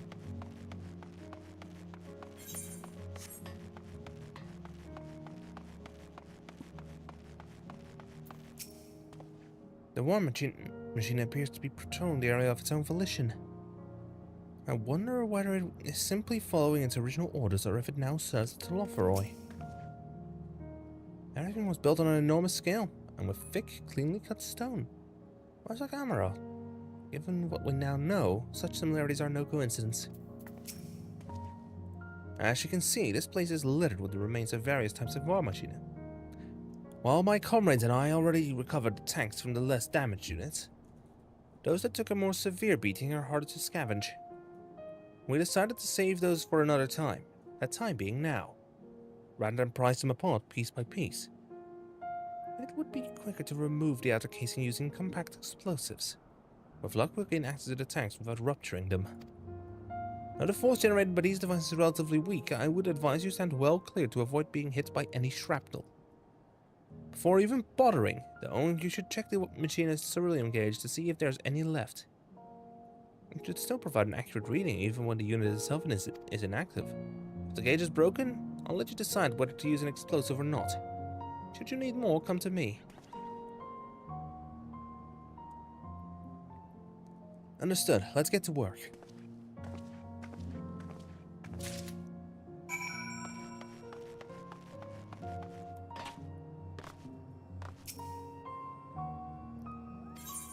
No, it's empty, so that one's not gonna be good. Kaboom.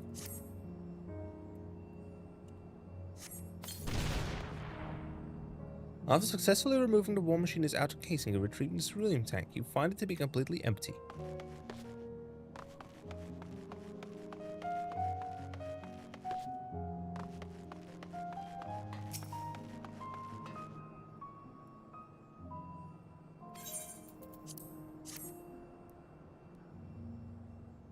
Kaboom.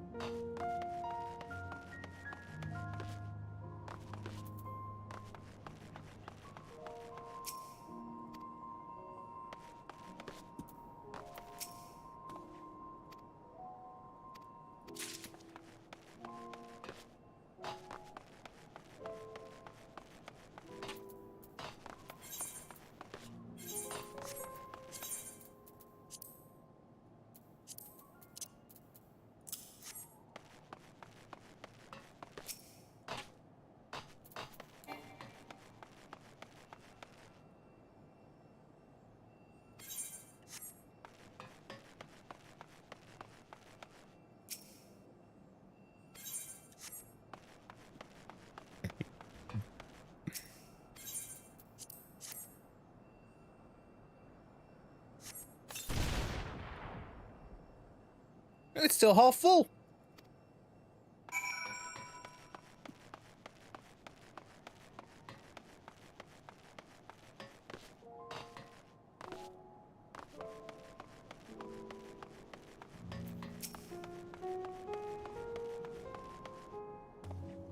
More explosive? Wait, is that what I think it is? That's right.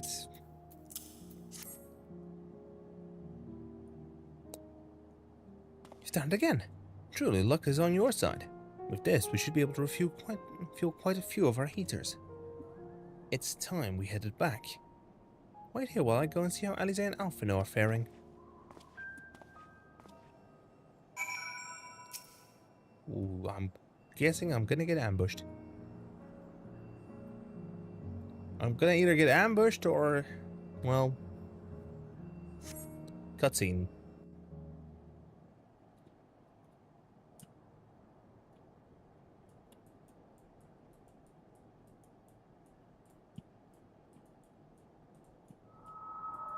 Finally escaped the watchful gaze of your keepers, have we? Don't react. You'll only draw attention to yourself. Just carry on as you are and listen. After you left with the Garlean lad, Lucia bade a few of us scouts follow you at a discreet distance. We observed you being led into the station, but decided against venturing inside. When you emerged sometime later, and we saw that the twins were sporting Magitech collars, it was clear what had taken place. Now, as quietly as you can, tell me everything.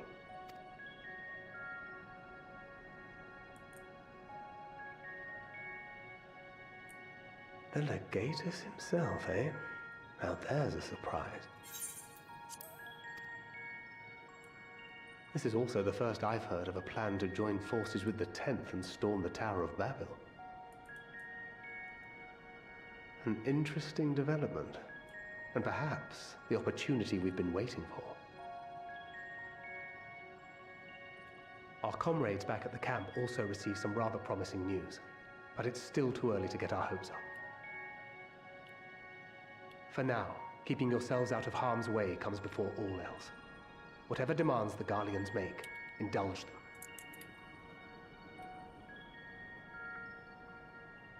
With luck, this will all be over soon. Until then. Ah. Looks like we learned not to touch the earpiece. They had not gone far. Not gone far. We searched high and low, but no luck, I'm afraid. I might have guessed you'd be the only one to find anything. I wasn't expecting much to begin with. Eventually, there will be nothing left out here for us to safely salvage. For now, this will have to suffice. We should return to the station.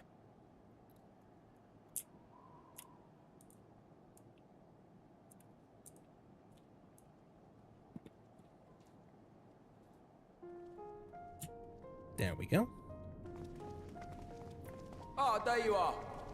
Heard you'd gone hunting for ceruleum above ground. Yes, we have. Brought back a king's ransom? Couple bits. Hardly. But thanks to these three, we have enough to last a little while longer. Well, well. It's not at all as I was expecting, these ones. For savages, they seem positively docile.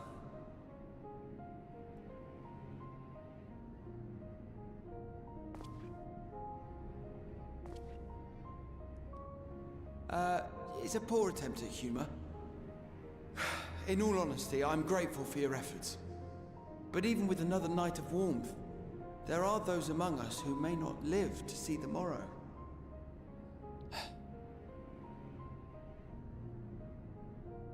I trust your expedition was fruitful. Yes, it was, Legatus. Lord Quintus!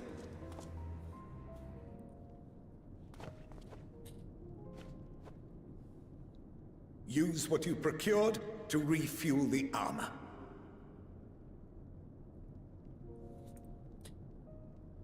But, sir, what about the heaters for the camp?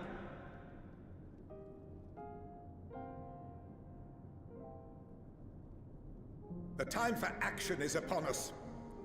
That's a fool's errand.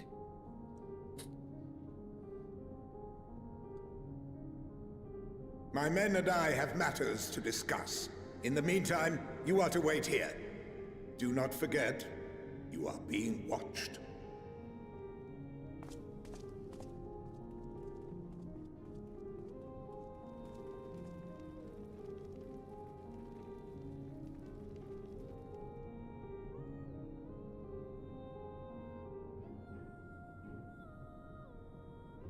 The time for action. What did he mean by that? I can only speculate. Clearly something requiring their magitech, given what we just heard. Whether they plan to utilize it now, or after they join with the 10th, is another question.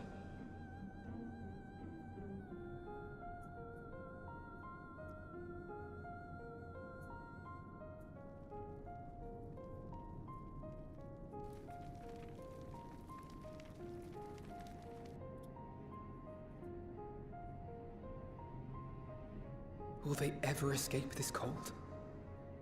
Return to and reclaim the idyllic spaces of which Eulus spoke?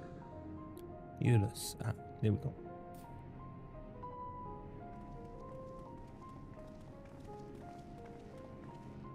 Finished your war, Council?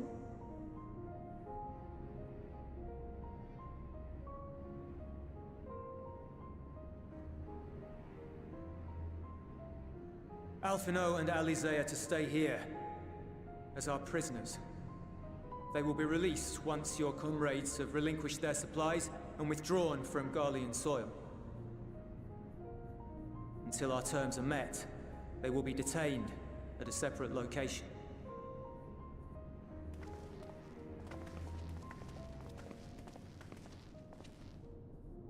After everything we've said and done, this is how you treat us.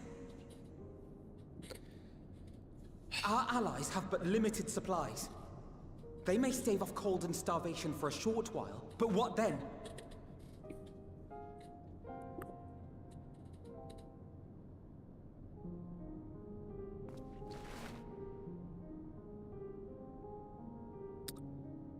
Your hand, it's shaking.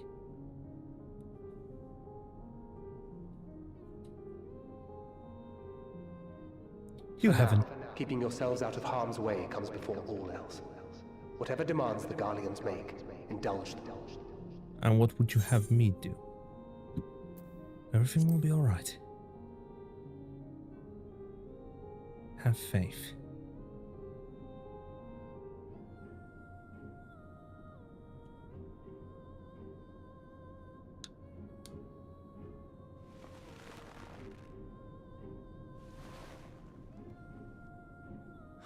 Get them out of here. Eulus.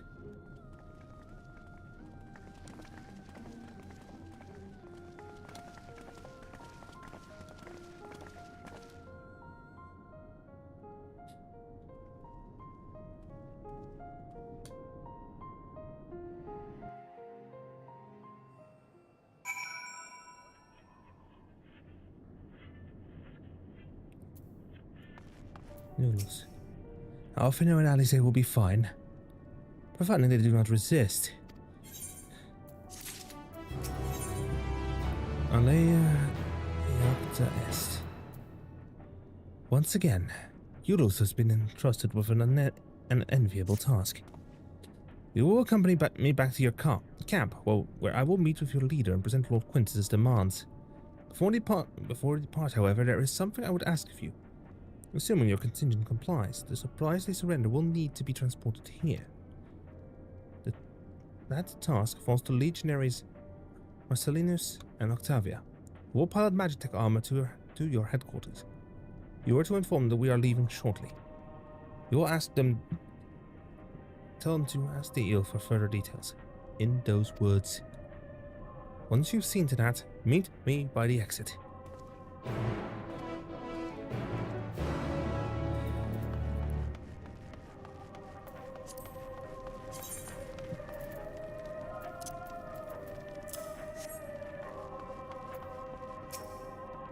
You again. Ask the eel for further instructions.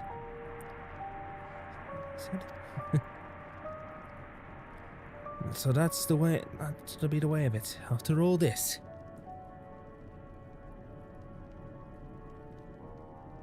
I'm wrong that you should be the one to deliver the news.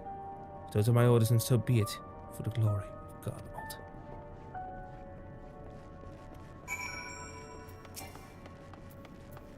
Octavia!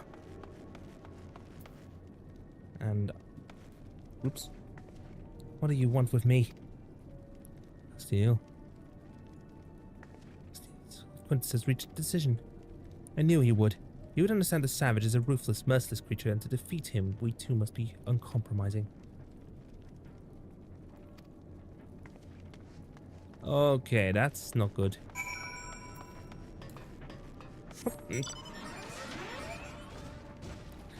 I will obviously go ahead and blend in as much as I can. Emphasis on as much as I can.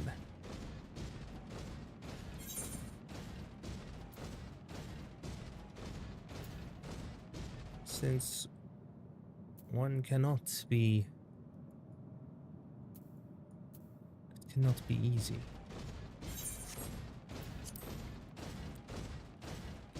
I'm not gonna put on any extra... wait, am I still in the sanctuary? Yes, I am. So I'm gonna go ahead. Update my equipment to be... Have you done as instructed? Their duties involve more than the transportation of supplies, don't they? Duty is a simple thing. We have been given additional orders. Now, whether we will be required to follow them depends entirely on your contingent. You and I are in this together now. Like it or not, we have to cooperate. There is one other matter, a place I'd like to visit on the way to your camp. It's a short walk from here. Follow me.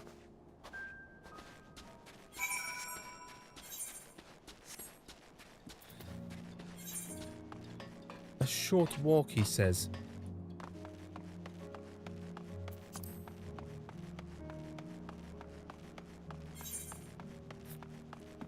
Halfway across the bloody district.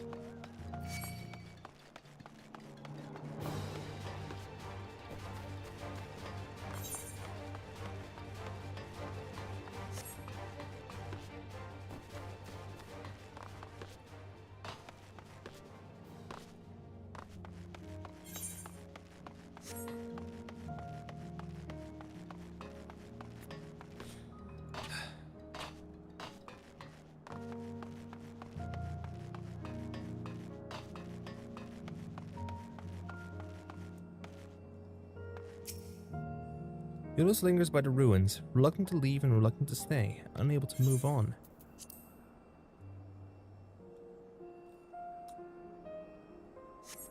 Your estate, I take it.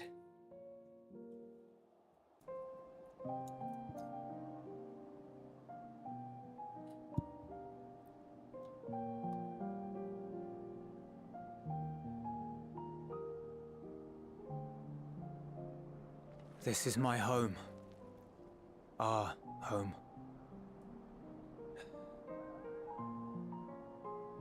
At least it was, until that night. I was with Lord Quintus when the capital fell, and thus spared. My family, who did not own a radio were less fortunate. When dawn came, I made my way here. My parents, my little brother and sister, they were still inside. But they weren't themselves, and they tried to. And I had to. You poor soul. You poor soul. I'd promised to take them away from the capital that very morning, to somewhere safe, to hide until the fighting stopped. I promised.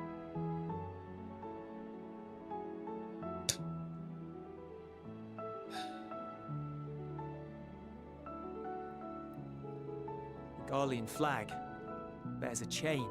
The bonds between our countrymen. I was already wondering what that stood for.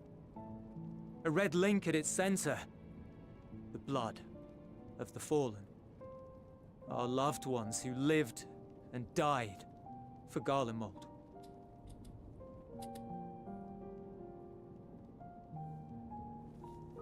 But if she too fell, who would be left to remember them and their sacrifice? What enduring proof would there be that they were ever here? If we had turned to your gods, would they have saved us?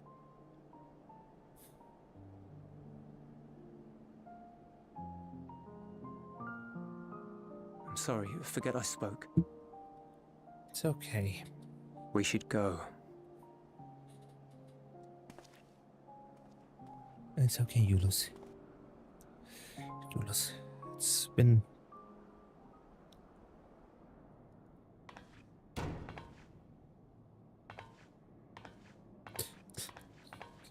It's no use. Believe me, I do not enjoy being here any more than you.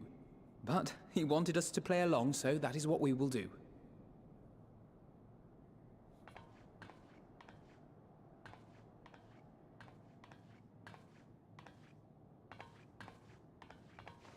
Wait a moment, these are containers.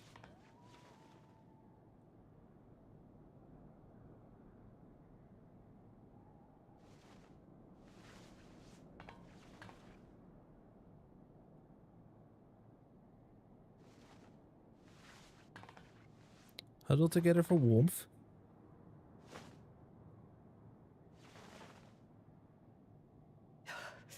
It's so cold.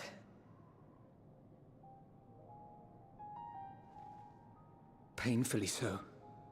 Unbearably.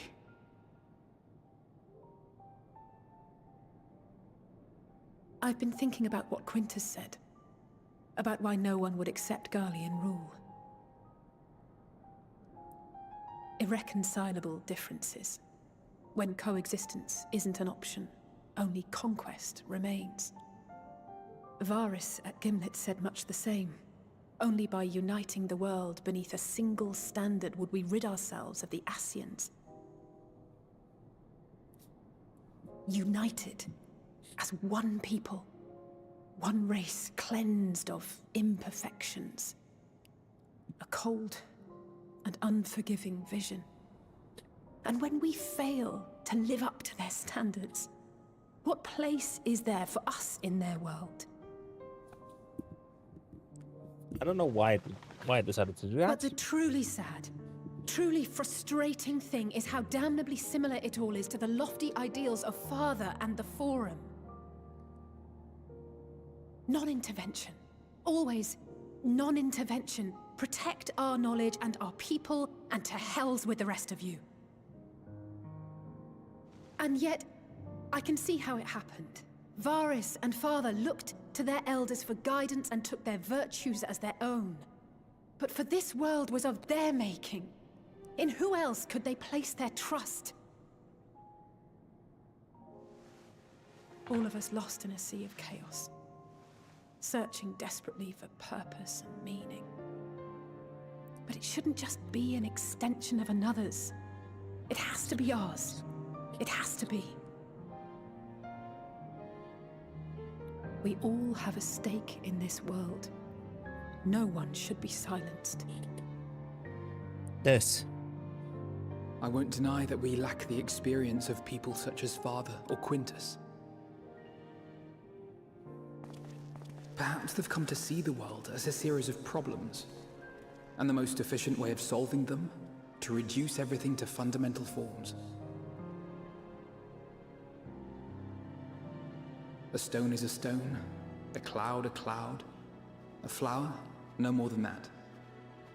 Simple descriptions that strip the subject of distinguishing characteristics. A man is a man, divided according to race, creed, or allegiance, and to some, defined by such associations. Is that what you think? No. In my misbegotten youth. But what I believed wisdom was no more than aggressive ignorance. I've since learned to look beyond the banners and the politics, to see people as individuals with their own hopes and dreams. As for my dream of building a better world, well, every day I'm reminded that it is far more complex than I had ever imagined. But it only spurs me onward, to find the wisdom and the strength to see it through to the very end.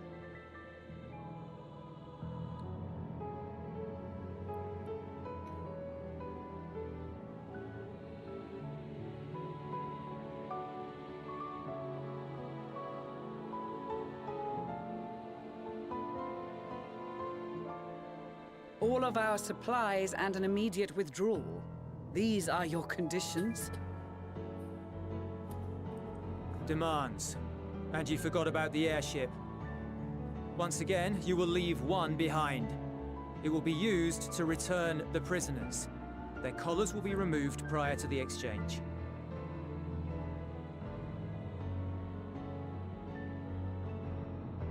So in the end, not even Father's expertly worded rhetoric could deter you from your chosen course. Huh?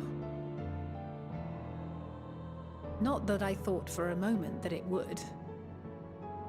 I've no love for violence, of course, but ours is a cause worth fighting for. I just wish he'd realize it too. Sometimes the only way to protect the ones you love is to take a stand, to refuse to suffer in silence. I want you to know I share your conviction. Whether it be on the battlefield or in the debating chamber, I won't back down. I guess what I'm saying is...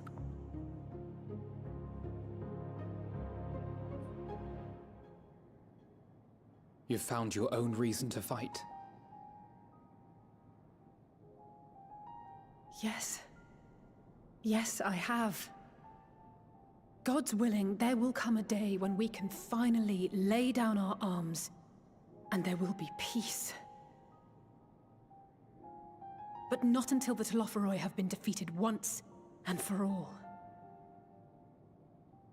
And you, brother, will have a vital part to play. By your words and deeds, you'll lead the way. I pray I am up to the task. There'll always be naysayers. Those who think us fools for even trying. It's easy for learned elites to criticize earnest efforts and assert their moral superiority, all without offering alternatives. Not that their sophistry has ever wounded you. So stubborn and strong. Stronger than you even know. Don't ever change, you hear me? If you stumble, I'll be there to catch you. Or give you a thick ear. Maybe both, for good measure.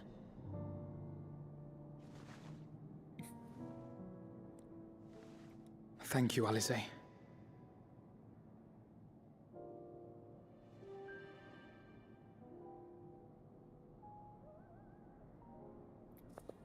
That was a much-needed pep talk.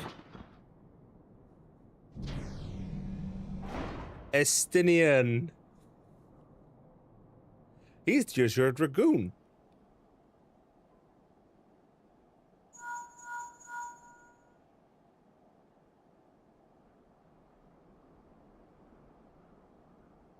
The scouts have secured Alizé and Alphino. Their collars were removed without complication as well. Well, there They report goes your no leverage. casualties. Not for their party, nor the guards, who will wake from their premature slumber in due course.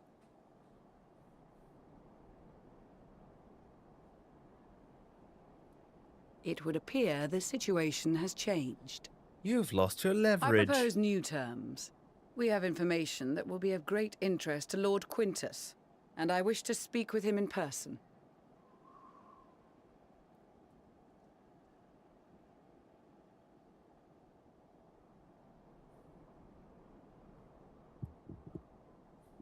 No. In the event you rejected our first proposal, we came prepared with a second. Speak. Ah, of course. Ambush!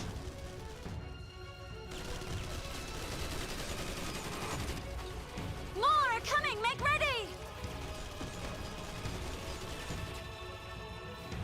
We, the loyal soldiers of the First Legion, proud servants of Garlemald, of the fallen Emperor Varys, shall safeguard these lands from the barbarian hordes until our countrymen return!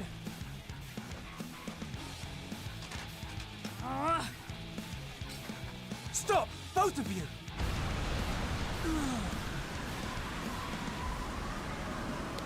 Oh, good use of arrow. That was arrow.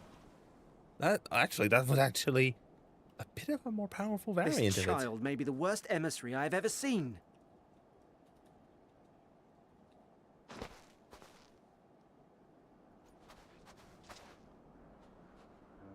We received an urgent communication from the Grand Company of Eorzea. Envoys from the Imperial Army, led by members of the 10th Legion, came to Alamigo and requested an audience. Arrow. They explained that their efforts to coordinate the reclamation of the capital with the aid of the 4th, 5th, 8th, and 12th had ended in failure. No, it's a Roger. Communication between most legions has broken down entirely. Most of the 10th's conscripts have deserted, leaving their forces severely depleted. That is why, unable to continue the fight on their own, they and their allies turned to the Grand Company of Eorzea for aid. Lies! Every word! It is the truth, and I have not finished.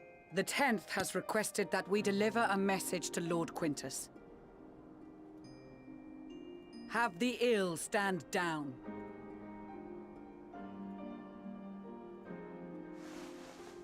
You have been listening, my lord? What are your orders? What are your orders?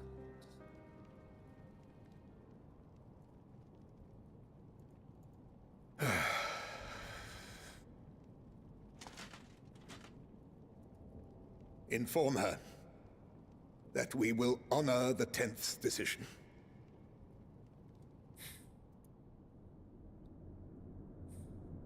Bereft of hope, and now dignity.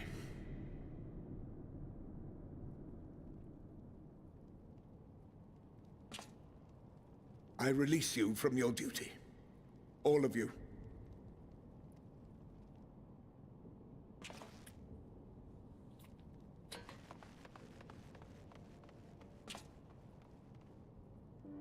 I take solace, your radiance, in the knowledge you are not here to witness our debasement.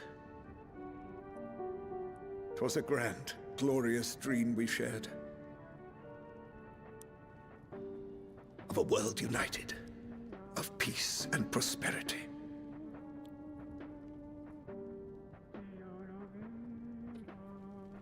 We are ghosts, you and I, memories of days gone by.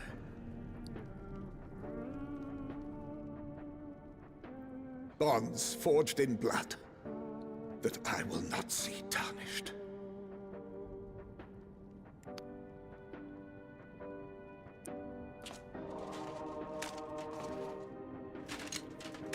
Oh no. No! Lord Quintus, no! Don't! You have so much to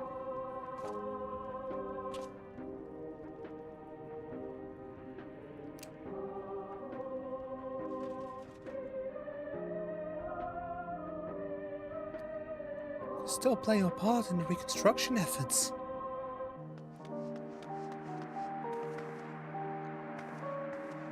Quickly! We have to reach the station before it's too late.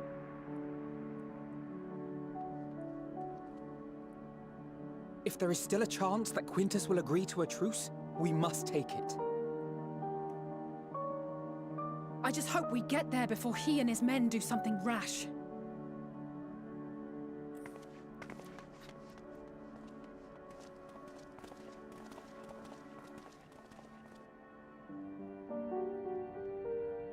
Oh no. Oh no! That's a blood splatter. It's actually the same texture used in the previous quest.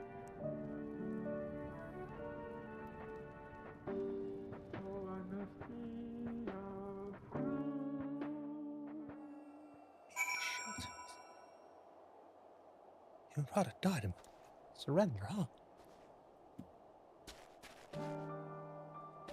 Magni, even with their empire in ruins, the Garleans have not lost the will to fight. That strength shall serve them in the days to come. There is yet life in this cold soil. Thank goodness that the 10th Legion decided to sue for peace when they did. We've been spared the more senseless bloodshed, which is the last thing anyone, including the First, needs. From their perspective, the promise of reinforcements was their last hope. And now they have no choice but to capitulate to the invaders. We will prove to them that all is not lost, and yet we stand a chance of casting out the Telofroi. Eulus, we will make no attempt to resist. Much and more has occurred since last we met. As for determining what comes next, we must speak with Lord Quintus. Strange bedfellows. With the immediate crisis averted, Lucia seeks to gain a clearer understanding of the present situation. Before we proceed, tell me what you know of the First Legion and the disposition of their forces. Well, they hate my guts, that's about what I know. They are preparing for war while the refugees in their care were left to go hungry. A reckless, short-sighted plan that risks the welfare of the people they were sworn to protect. Nevertheless, we cannot compel them to accept our aid. But if we were to arrive in force with the intent to do so, we would only incite panic. But perhaps they can be persuaded to follow one of their own. Go with Eulus back to the station and have him lead the refugees here. Some may be unwilling or unable to leave, but for the time being, I'll take what I can get. Alfino, Alize, and the scouts sent to extricate them should already be at the station. I will also have our other comrades in the area lend their support should it be needed. Understood.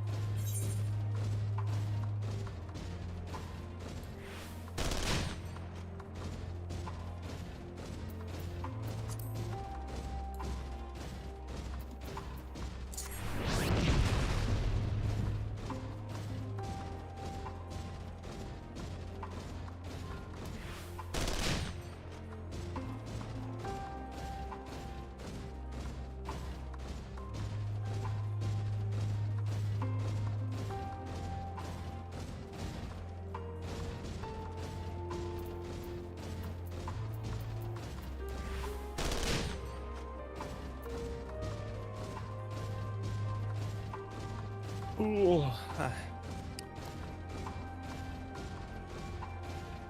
Ba ba ba ba ba ba ba.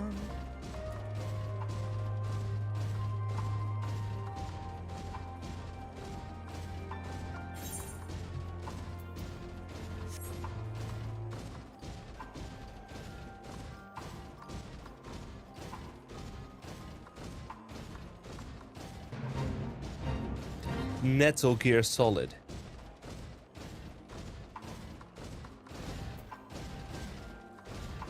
I love it when there's fates and side missions that basically when there's fates and mission titles that basically can't just are straight up references.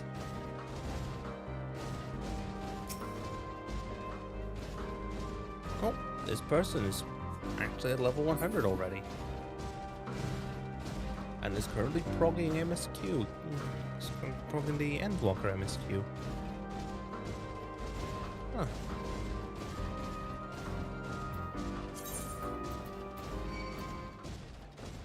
Shite.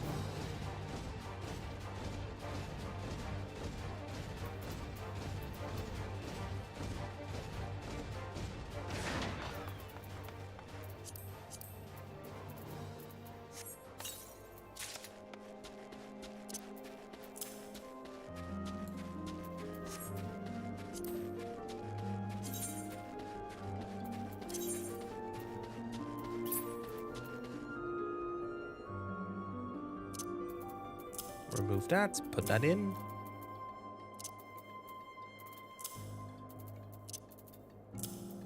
Put in the gloves and upgrade. Actually, that's an up. That is a nice one.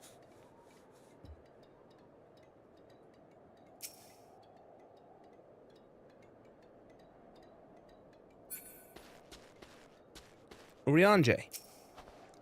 'Tis a comfort to see thee none the worse for thy recent ordeals.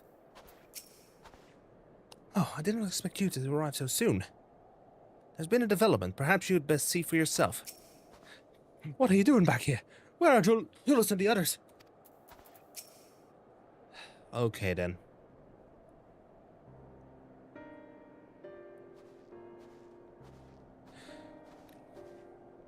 Knezi and Julius. We arrived just before you did, and too late. Too late for what? What's happened? It's Lord Quintus. He took his own life.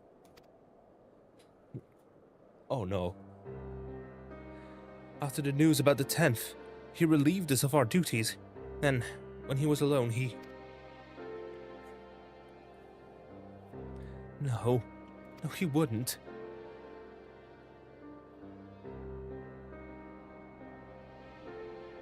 Fankra and the others, assisted by the soldiers, have seen to the remains. In due course shall the legatus be offered a proper burial. He released us from our duty. He wanted us to be free. Free to choose our own fate. Without him to guide us,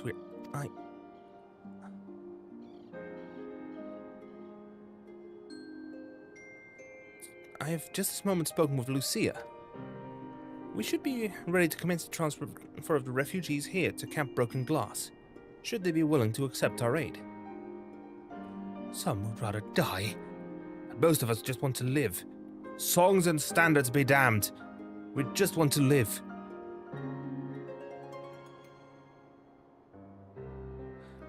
We'll need to speak with the refugees. They'll have to decide for themselves if they wish to come with us. If any would prefer to stay, we can have supplies brought over for them. It'll be a hard journey for the others, but we'll see they reach our camp safely.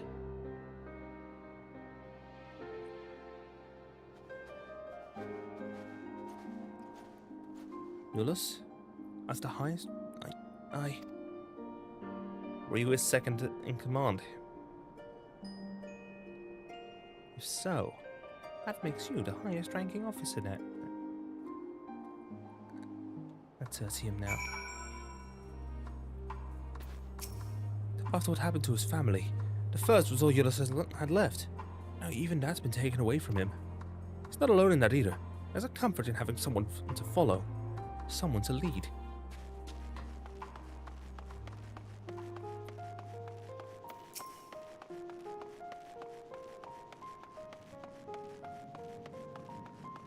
Theodora. I do hope the Elserbot contingent actually makes some kind of difference around here.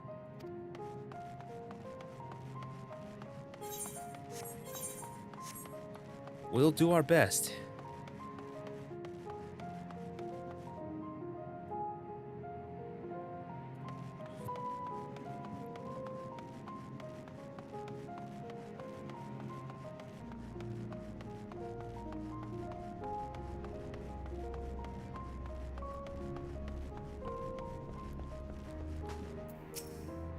no matter what may betide.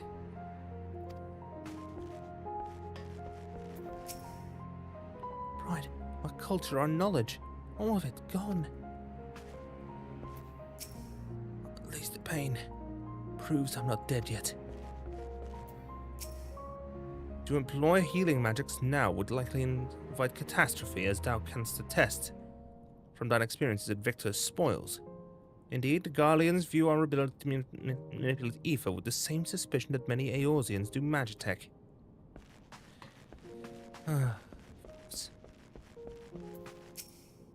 Since hearing about Lord Quintus, I confess many and more thoughts on the subject. Few can deny he was a man of principle, misguided though he may have been. Going to be alright now.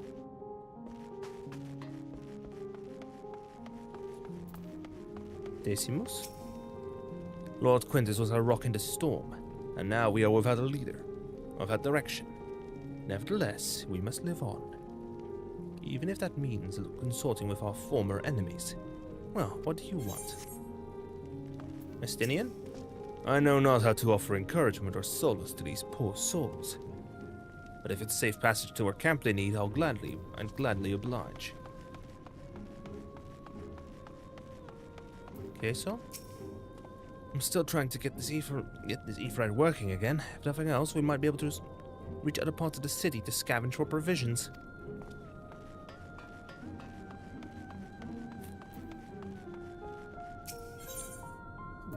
Hey, he actually allows me to use the services now. And I can purchase weaponry.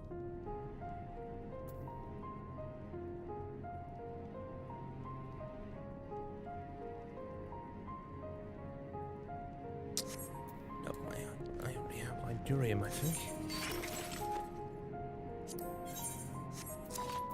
Nope, that was not it. Currency, nope. I should honestly do portraits. Yeah, I already have Hydurium. Let's first. I'm just exhausting all the dialogue first. Our leader may be gone, and the world may be fallen to ruin. But my duty to my people will never change. Such is the life of a soldier. Graha? Try as we might, any words of comfort we may offer are like to fall on deaf ears. We are but strangers from foreign lands, perhaps in their eyes the very cause of the suffering to begin with.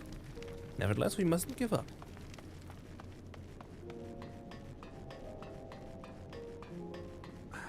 Running it now.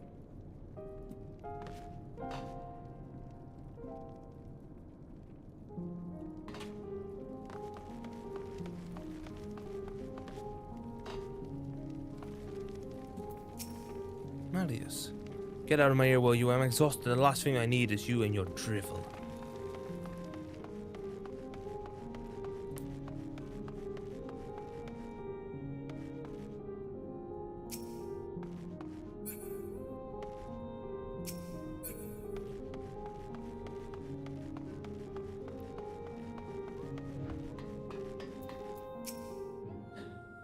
Best not to dwell on it. Not when there's work to be done. This is where it happened. Why? Yeah, this is not OSHA compliant.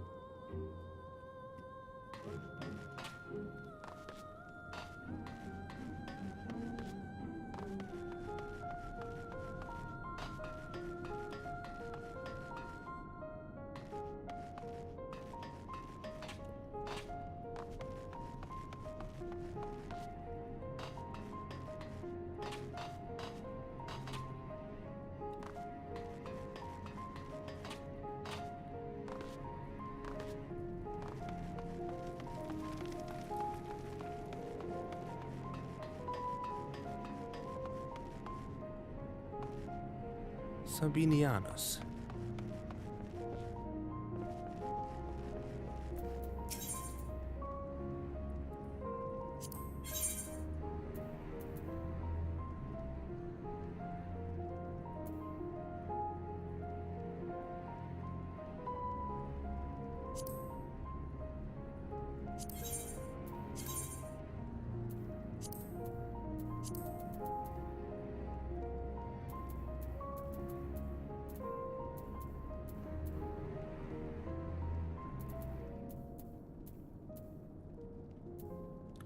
I should make it a habit to just buy a whole bunch of... I should just buy a whole bunch of glamour dispellers right now and just get the points.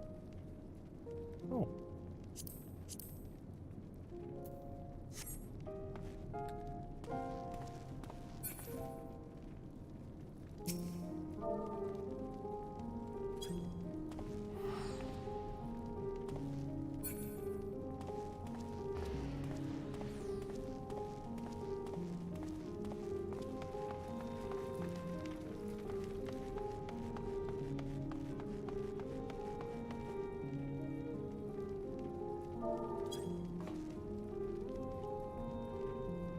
I'm gonna wait for a second while I wait for the ads to actually end on all 3 of these. Wait, let me check my Twitch dashboard. Oh. Chat's taking a while. I'm using my chat window as a leading here. There we go. Sabianus. Sabinianus. I keep missing a letter. It was only ever a dream, wasn't it? To think we could reclaim it, rebuild it all ourselves. Before this all began, I sent my wife and daughter away to the provinces. If there's a chance I might see them again, I'll take it. So take me with you, please.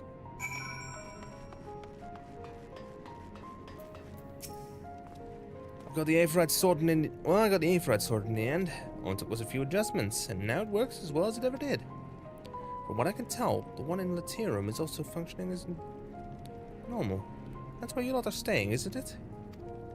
Now that most of us are packing up and leaving this place, I reckon there will be no more use for me and my skills over at your camp.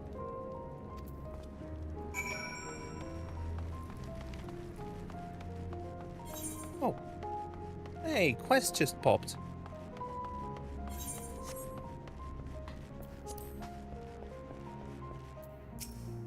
Ah, it's you. The one who treated me with such kindness. I heard from the others that you're not from around here. I thought you were one of us. Not that it makes much difference now. Purebloods, migrants, savages. After all, the words start to lose meaning. Until all you're left with is anger and fear and hate, and I'm too tired. If you and yours have come to offer aid, I'd be glad to accept.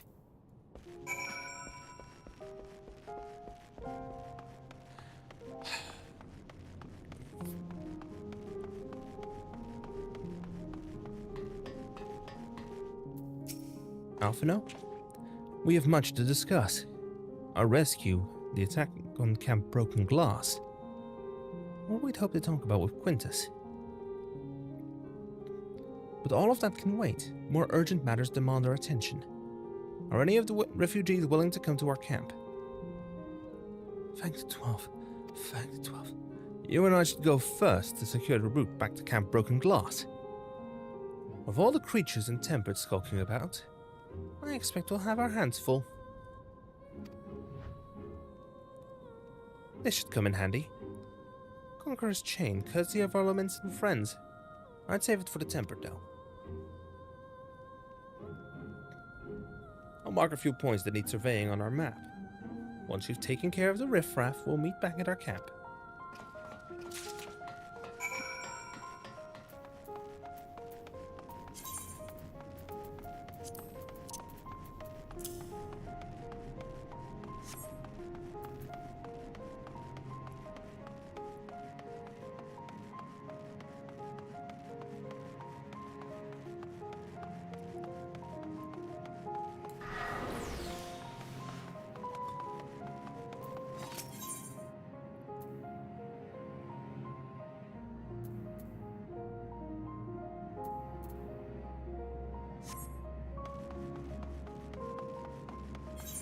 There is a blue quest and a Chocobo Porter now.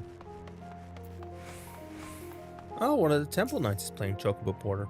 He's playing Chocobo Keep. Means, yep, there's the Chocobo Keep at Camp Broken Glass now too. Speaking of which, I should honestly go ahead and attune to the Aetheryte here first.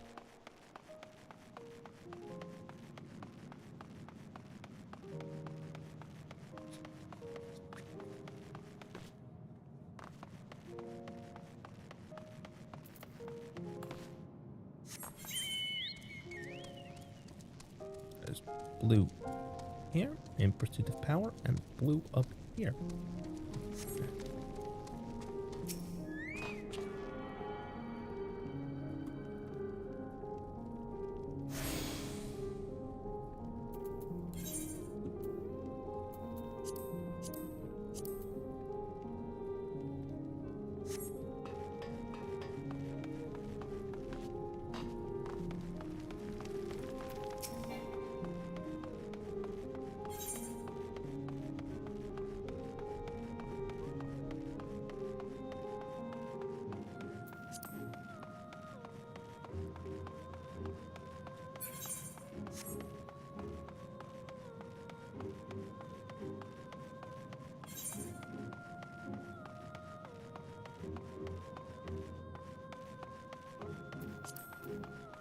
Let's talk to this person to grab that quest real quick.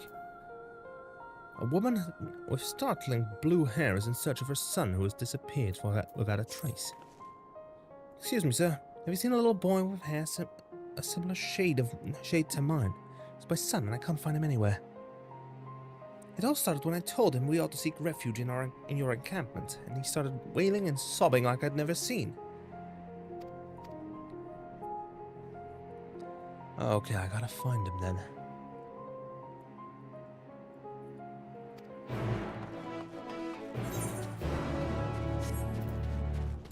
I am gonna do this quest first before I can actually continue the MSQ.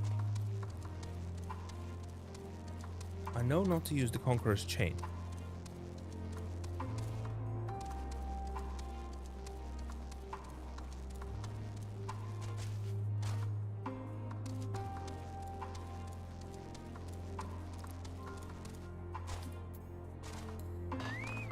And as to ensure that I do not startle the boy with a chocobo,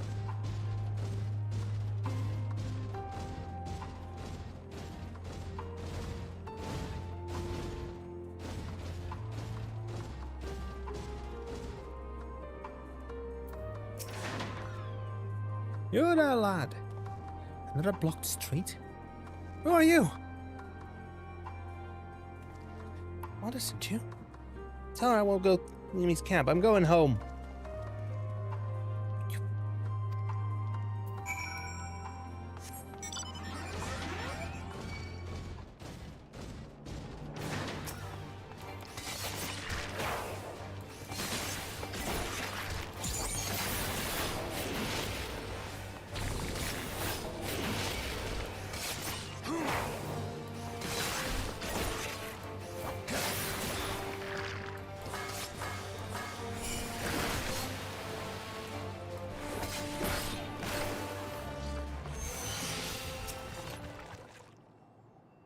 Okay.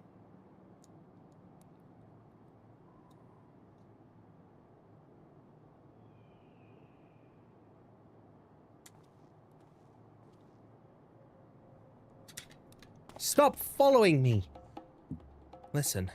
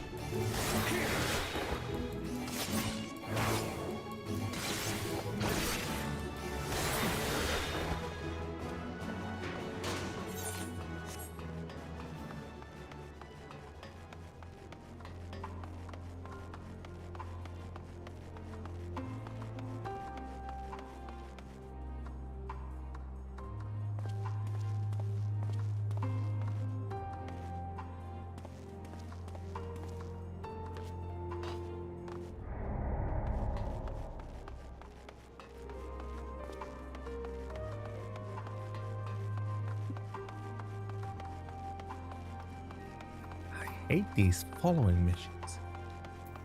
These sneaking missions.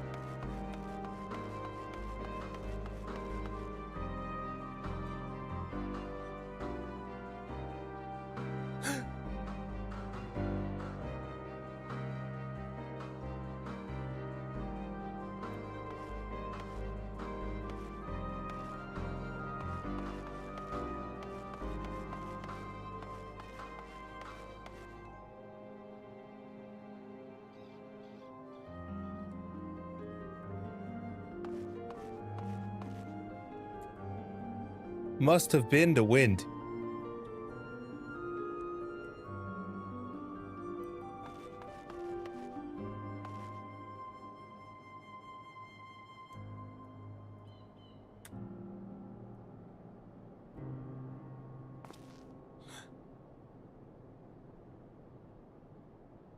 Perhaps I lost him.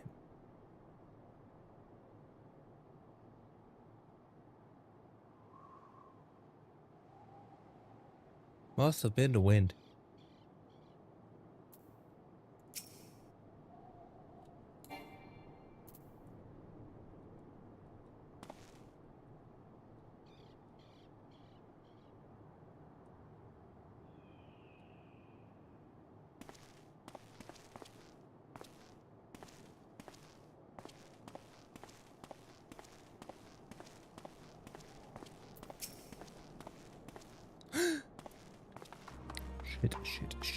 Shit.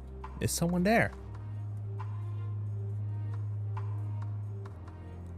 Must have been the wind.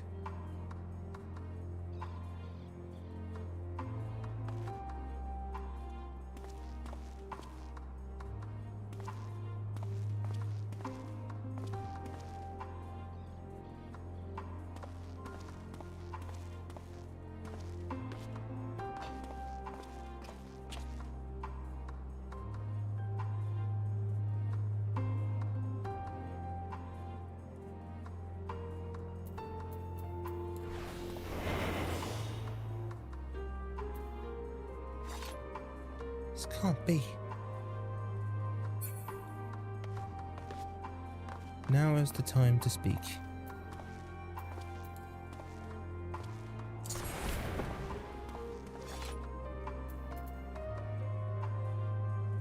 Our home is right here. Right here. Alas, you again.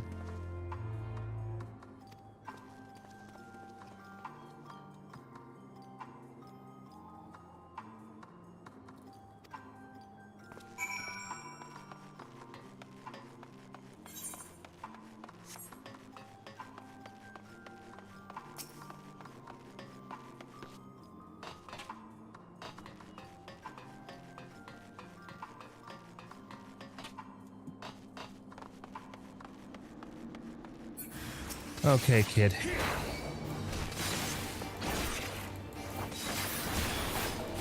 Watch and learn.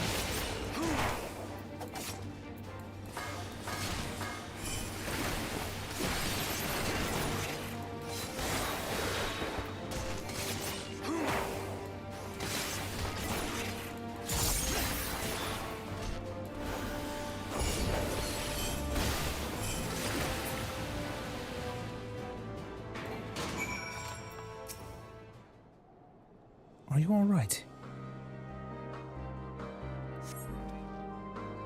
Why do you care so much? We're enemies, remember? Why are you trying to help me? How would your mother feel if something were to happen to you?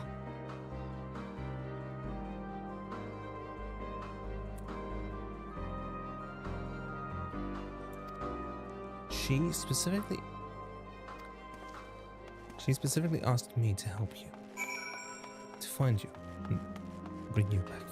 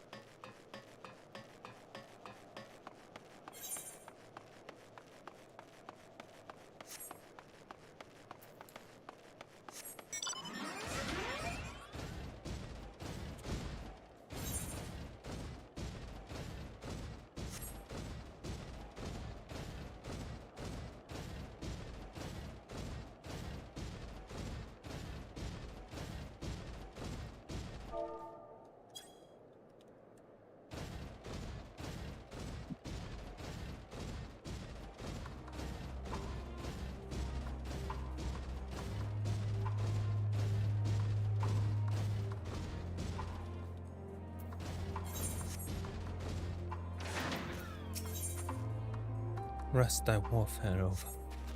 I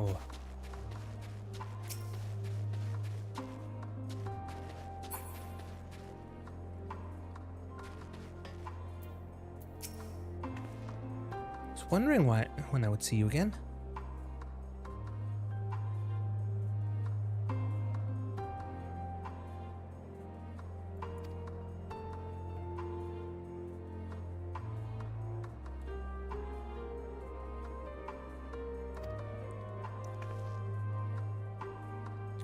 He was attacked by that horrid magic, you say? Goodness, it must have been quite a shock for my little man. Thank you for coming to his rescue. There's a salutary lesson to be learned from all this, no? One that I hope he retains. Do not scorn a proffered hand when one is in need, whether it be friends or foes. At any rate, I thank you for finding him. It's not much, but please, I insist. That's the first blue quest.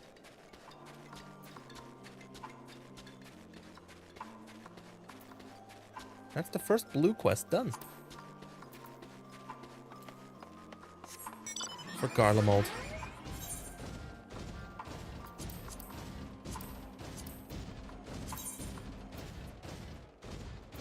Which means, well, because of Labyrinthus and Favnir having their Aether currents currently locked off, at least the ones remaining, we are actually furthest along in getting flight capabilities in Garlemald.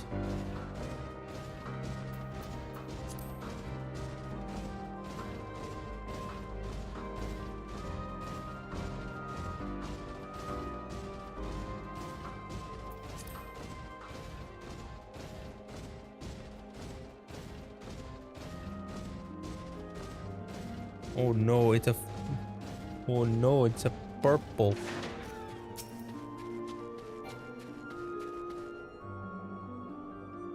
It's a purple destination.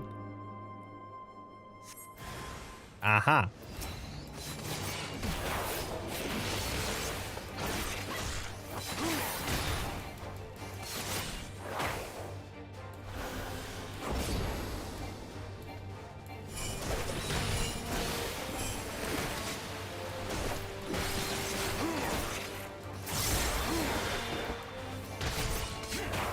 Okay, this one ain't tempered.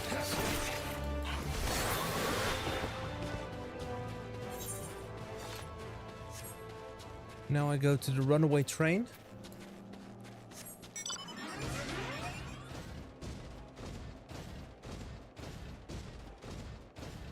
My guess is that we would have tempered. We have tempered here.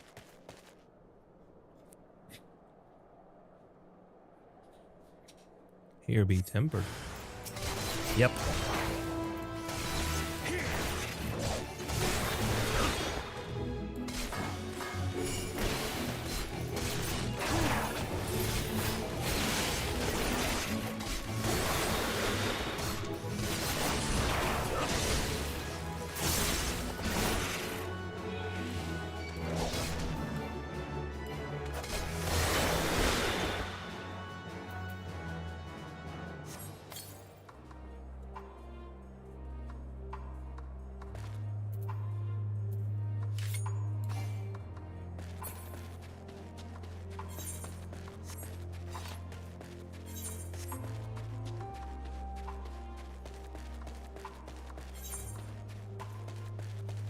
go. Conqueror's chain used, so now I run along the line.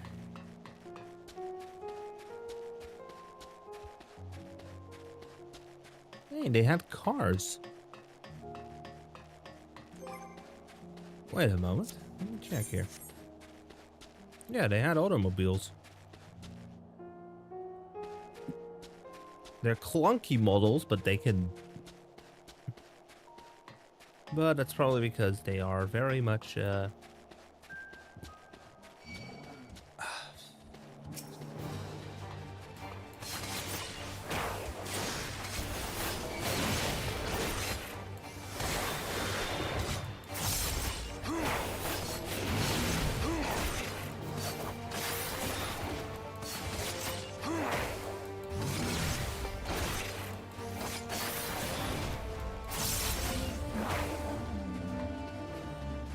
around speed.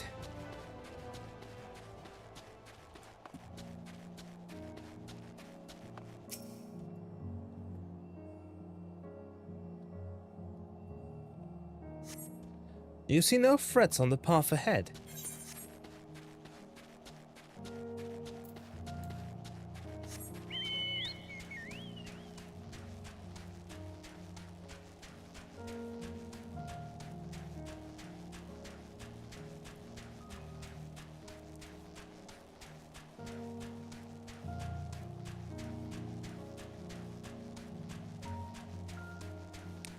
Oh, there's a purple destination, and I have one length of Conqueror's chain, so this be tempered.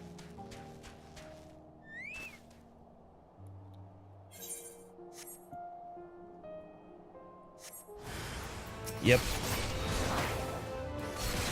I knew it.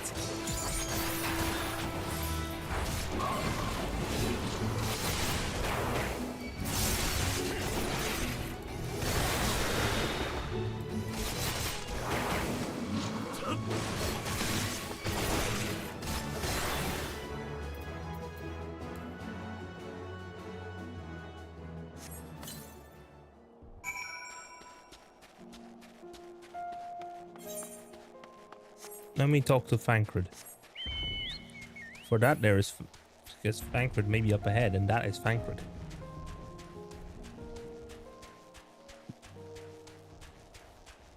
There is Thancred.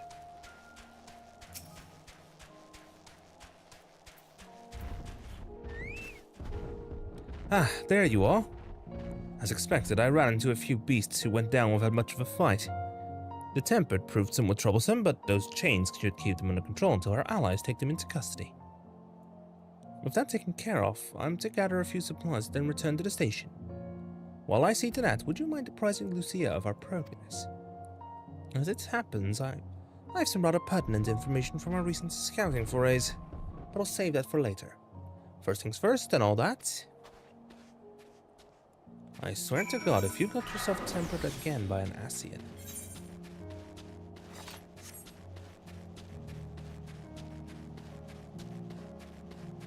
I will not be very nice.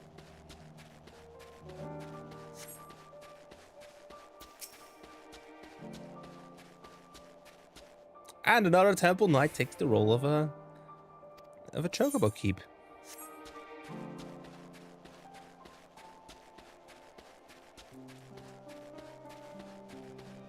I'll do that blue quest off stream while I watch the football match.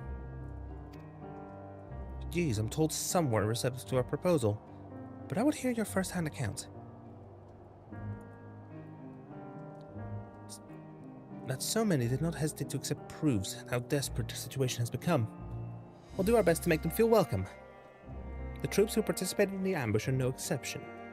They will be afforded the same treatment as any other refugees. Perfidy notwithstanding. After all, even if I wanted to make an example of them, there's no one left to learn from it. We'll tell our allies that these soldiers are acting under direct orders of their legatus, and that following their suicide they offered a full and unconditional surrender. Perhaps Quintus thought that had he lived, he would be tried as a war criminal, and his men punished with him. Perhaps by taking his own life, he hoped to absolve them of any culpability. Or perhaps, like too many others, he was a true believer to the end. Who can say? I didn't know the man or his heart. His reasons, noble or otherwise, died with him, and it falls to us to clean up the mess. Full armor set. Full armor set.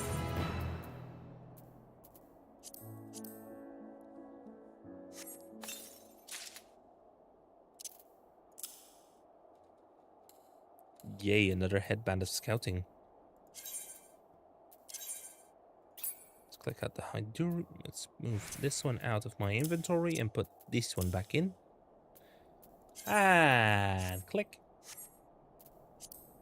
Show headgear. Of course, it's partly covering my... Yep, there we go. And let's go to the chatting scene for now. Now, that was fun. Now it's time for me to go ahead and see who we will raid out to. Oh. Let's go into my following list and see anyone who's also playing the same. Is there anyone in my following list who's playing the same category? Yes. Oh! Raph is right behind us. Was currently doing a solo challenge.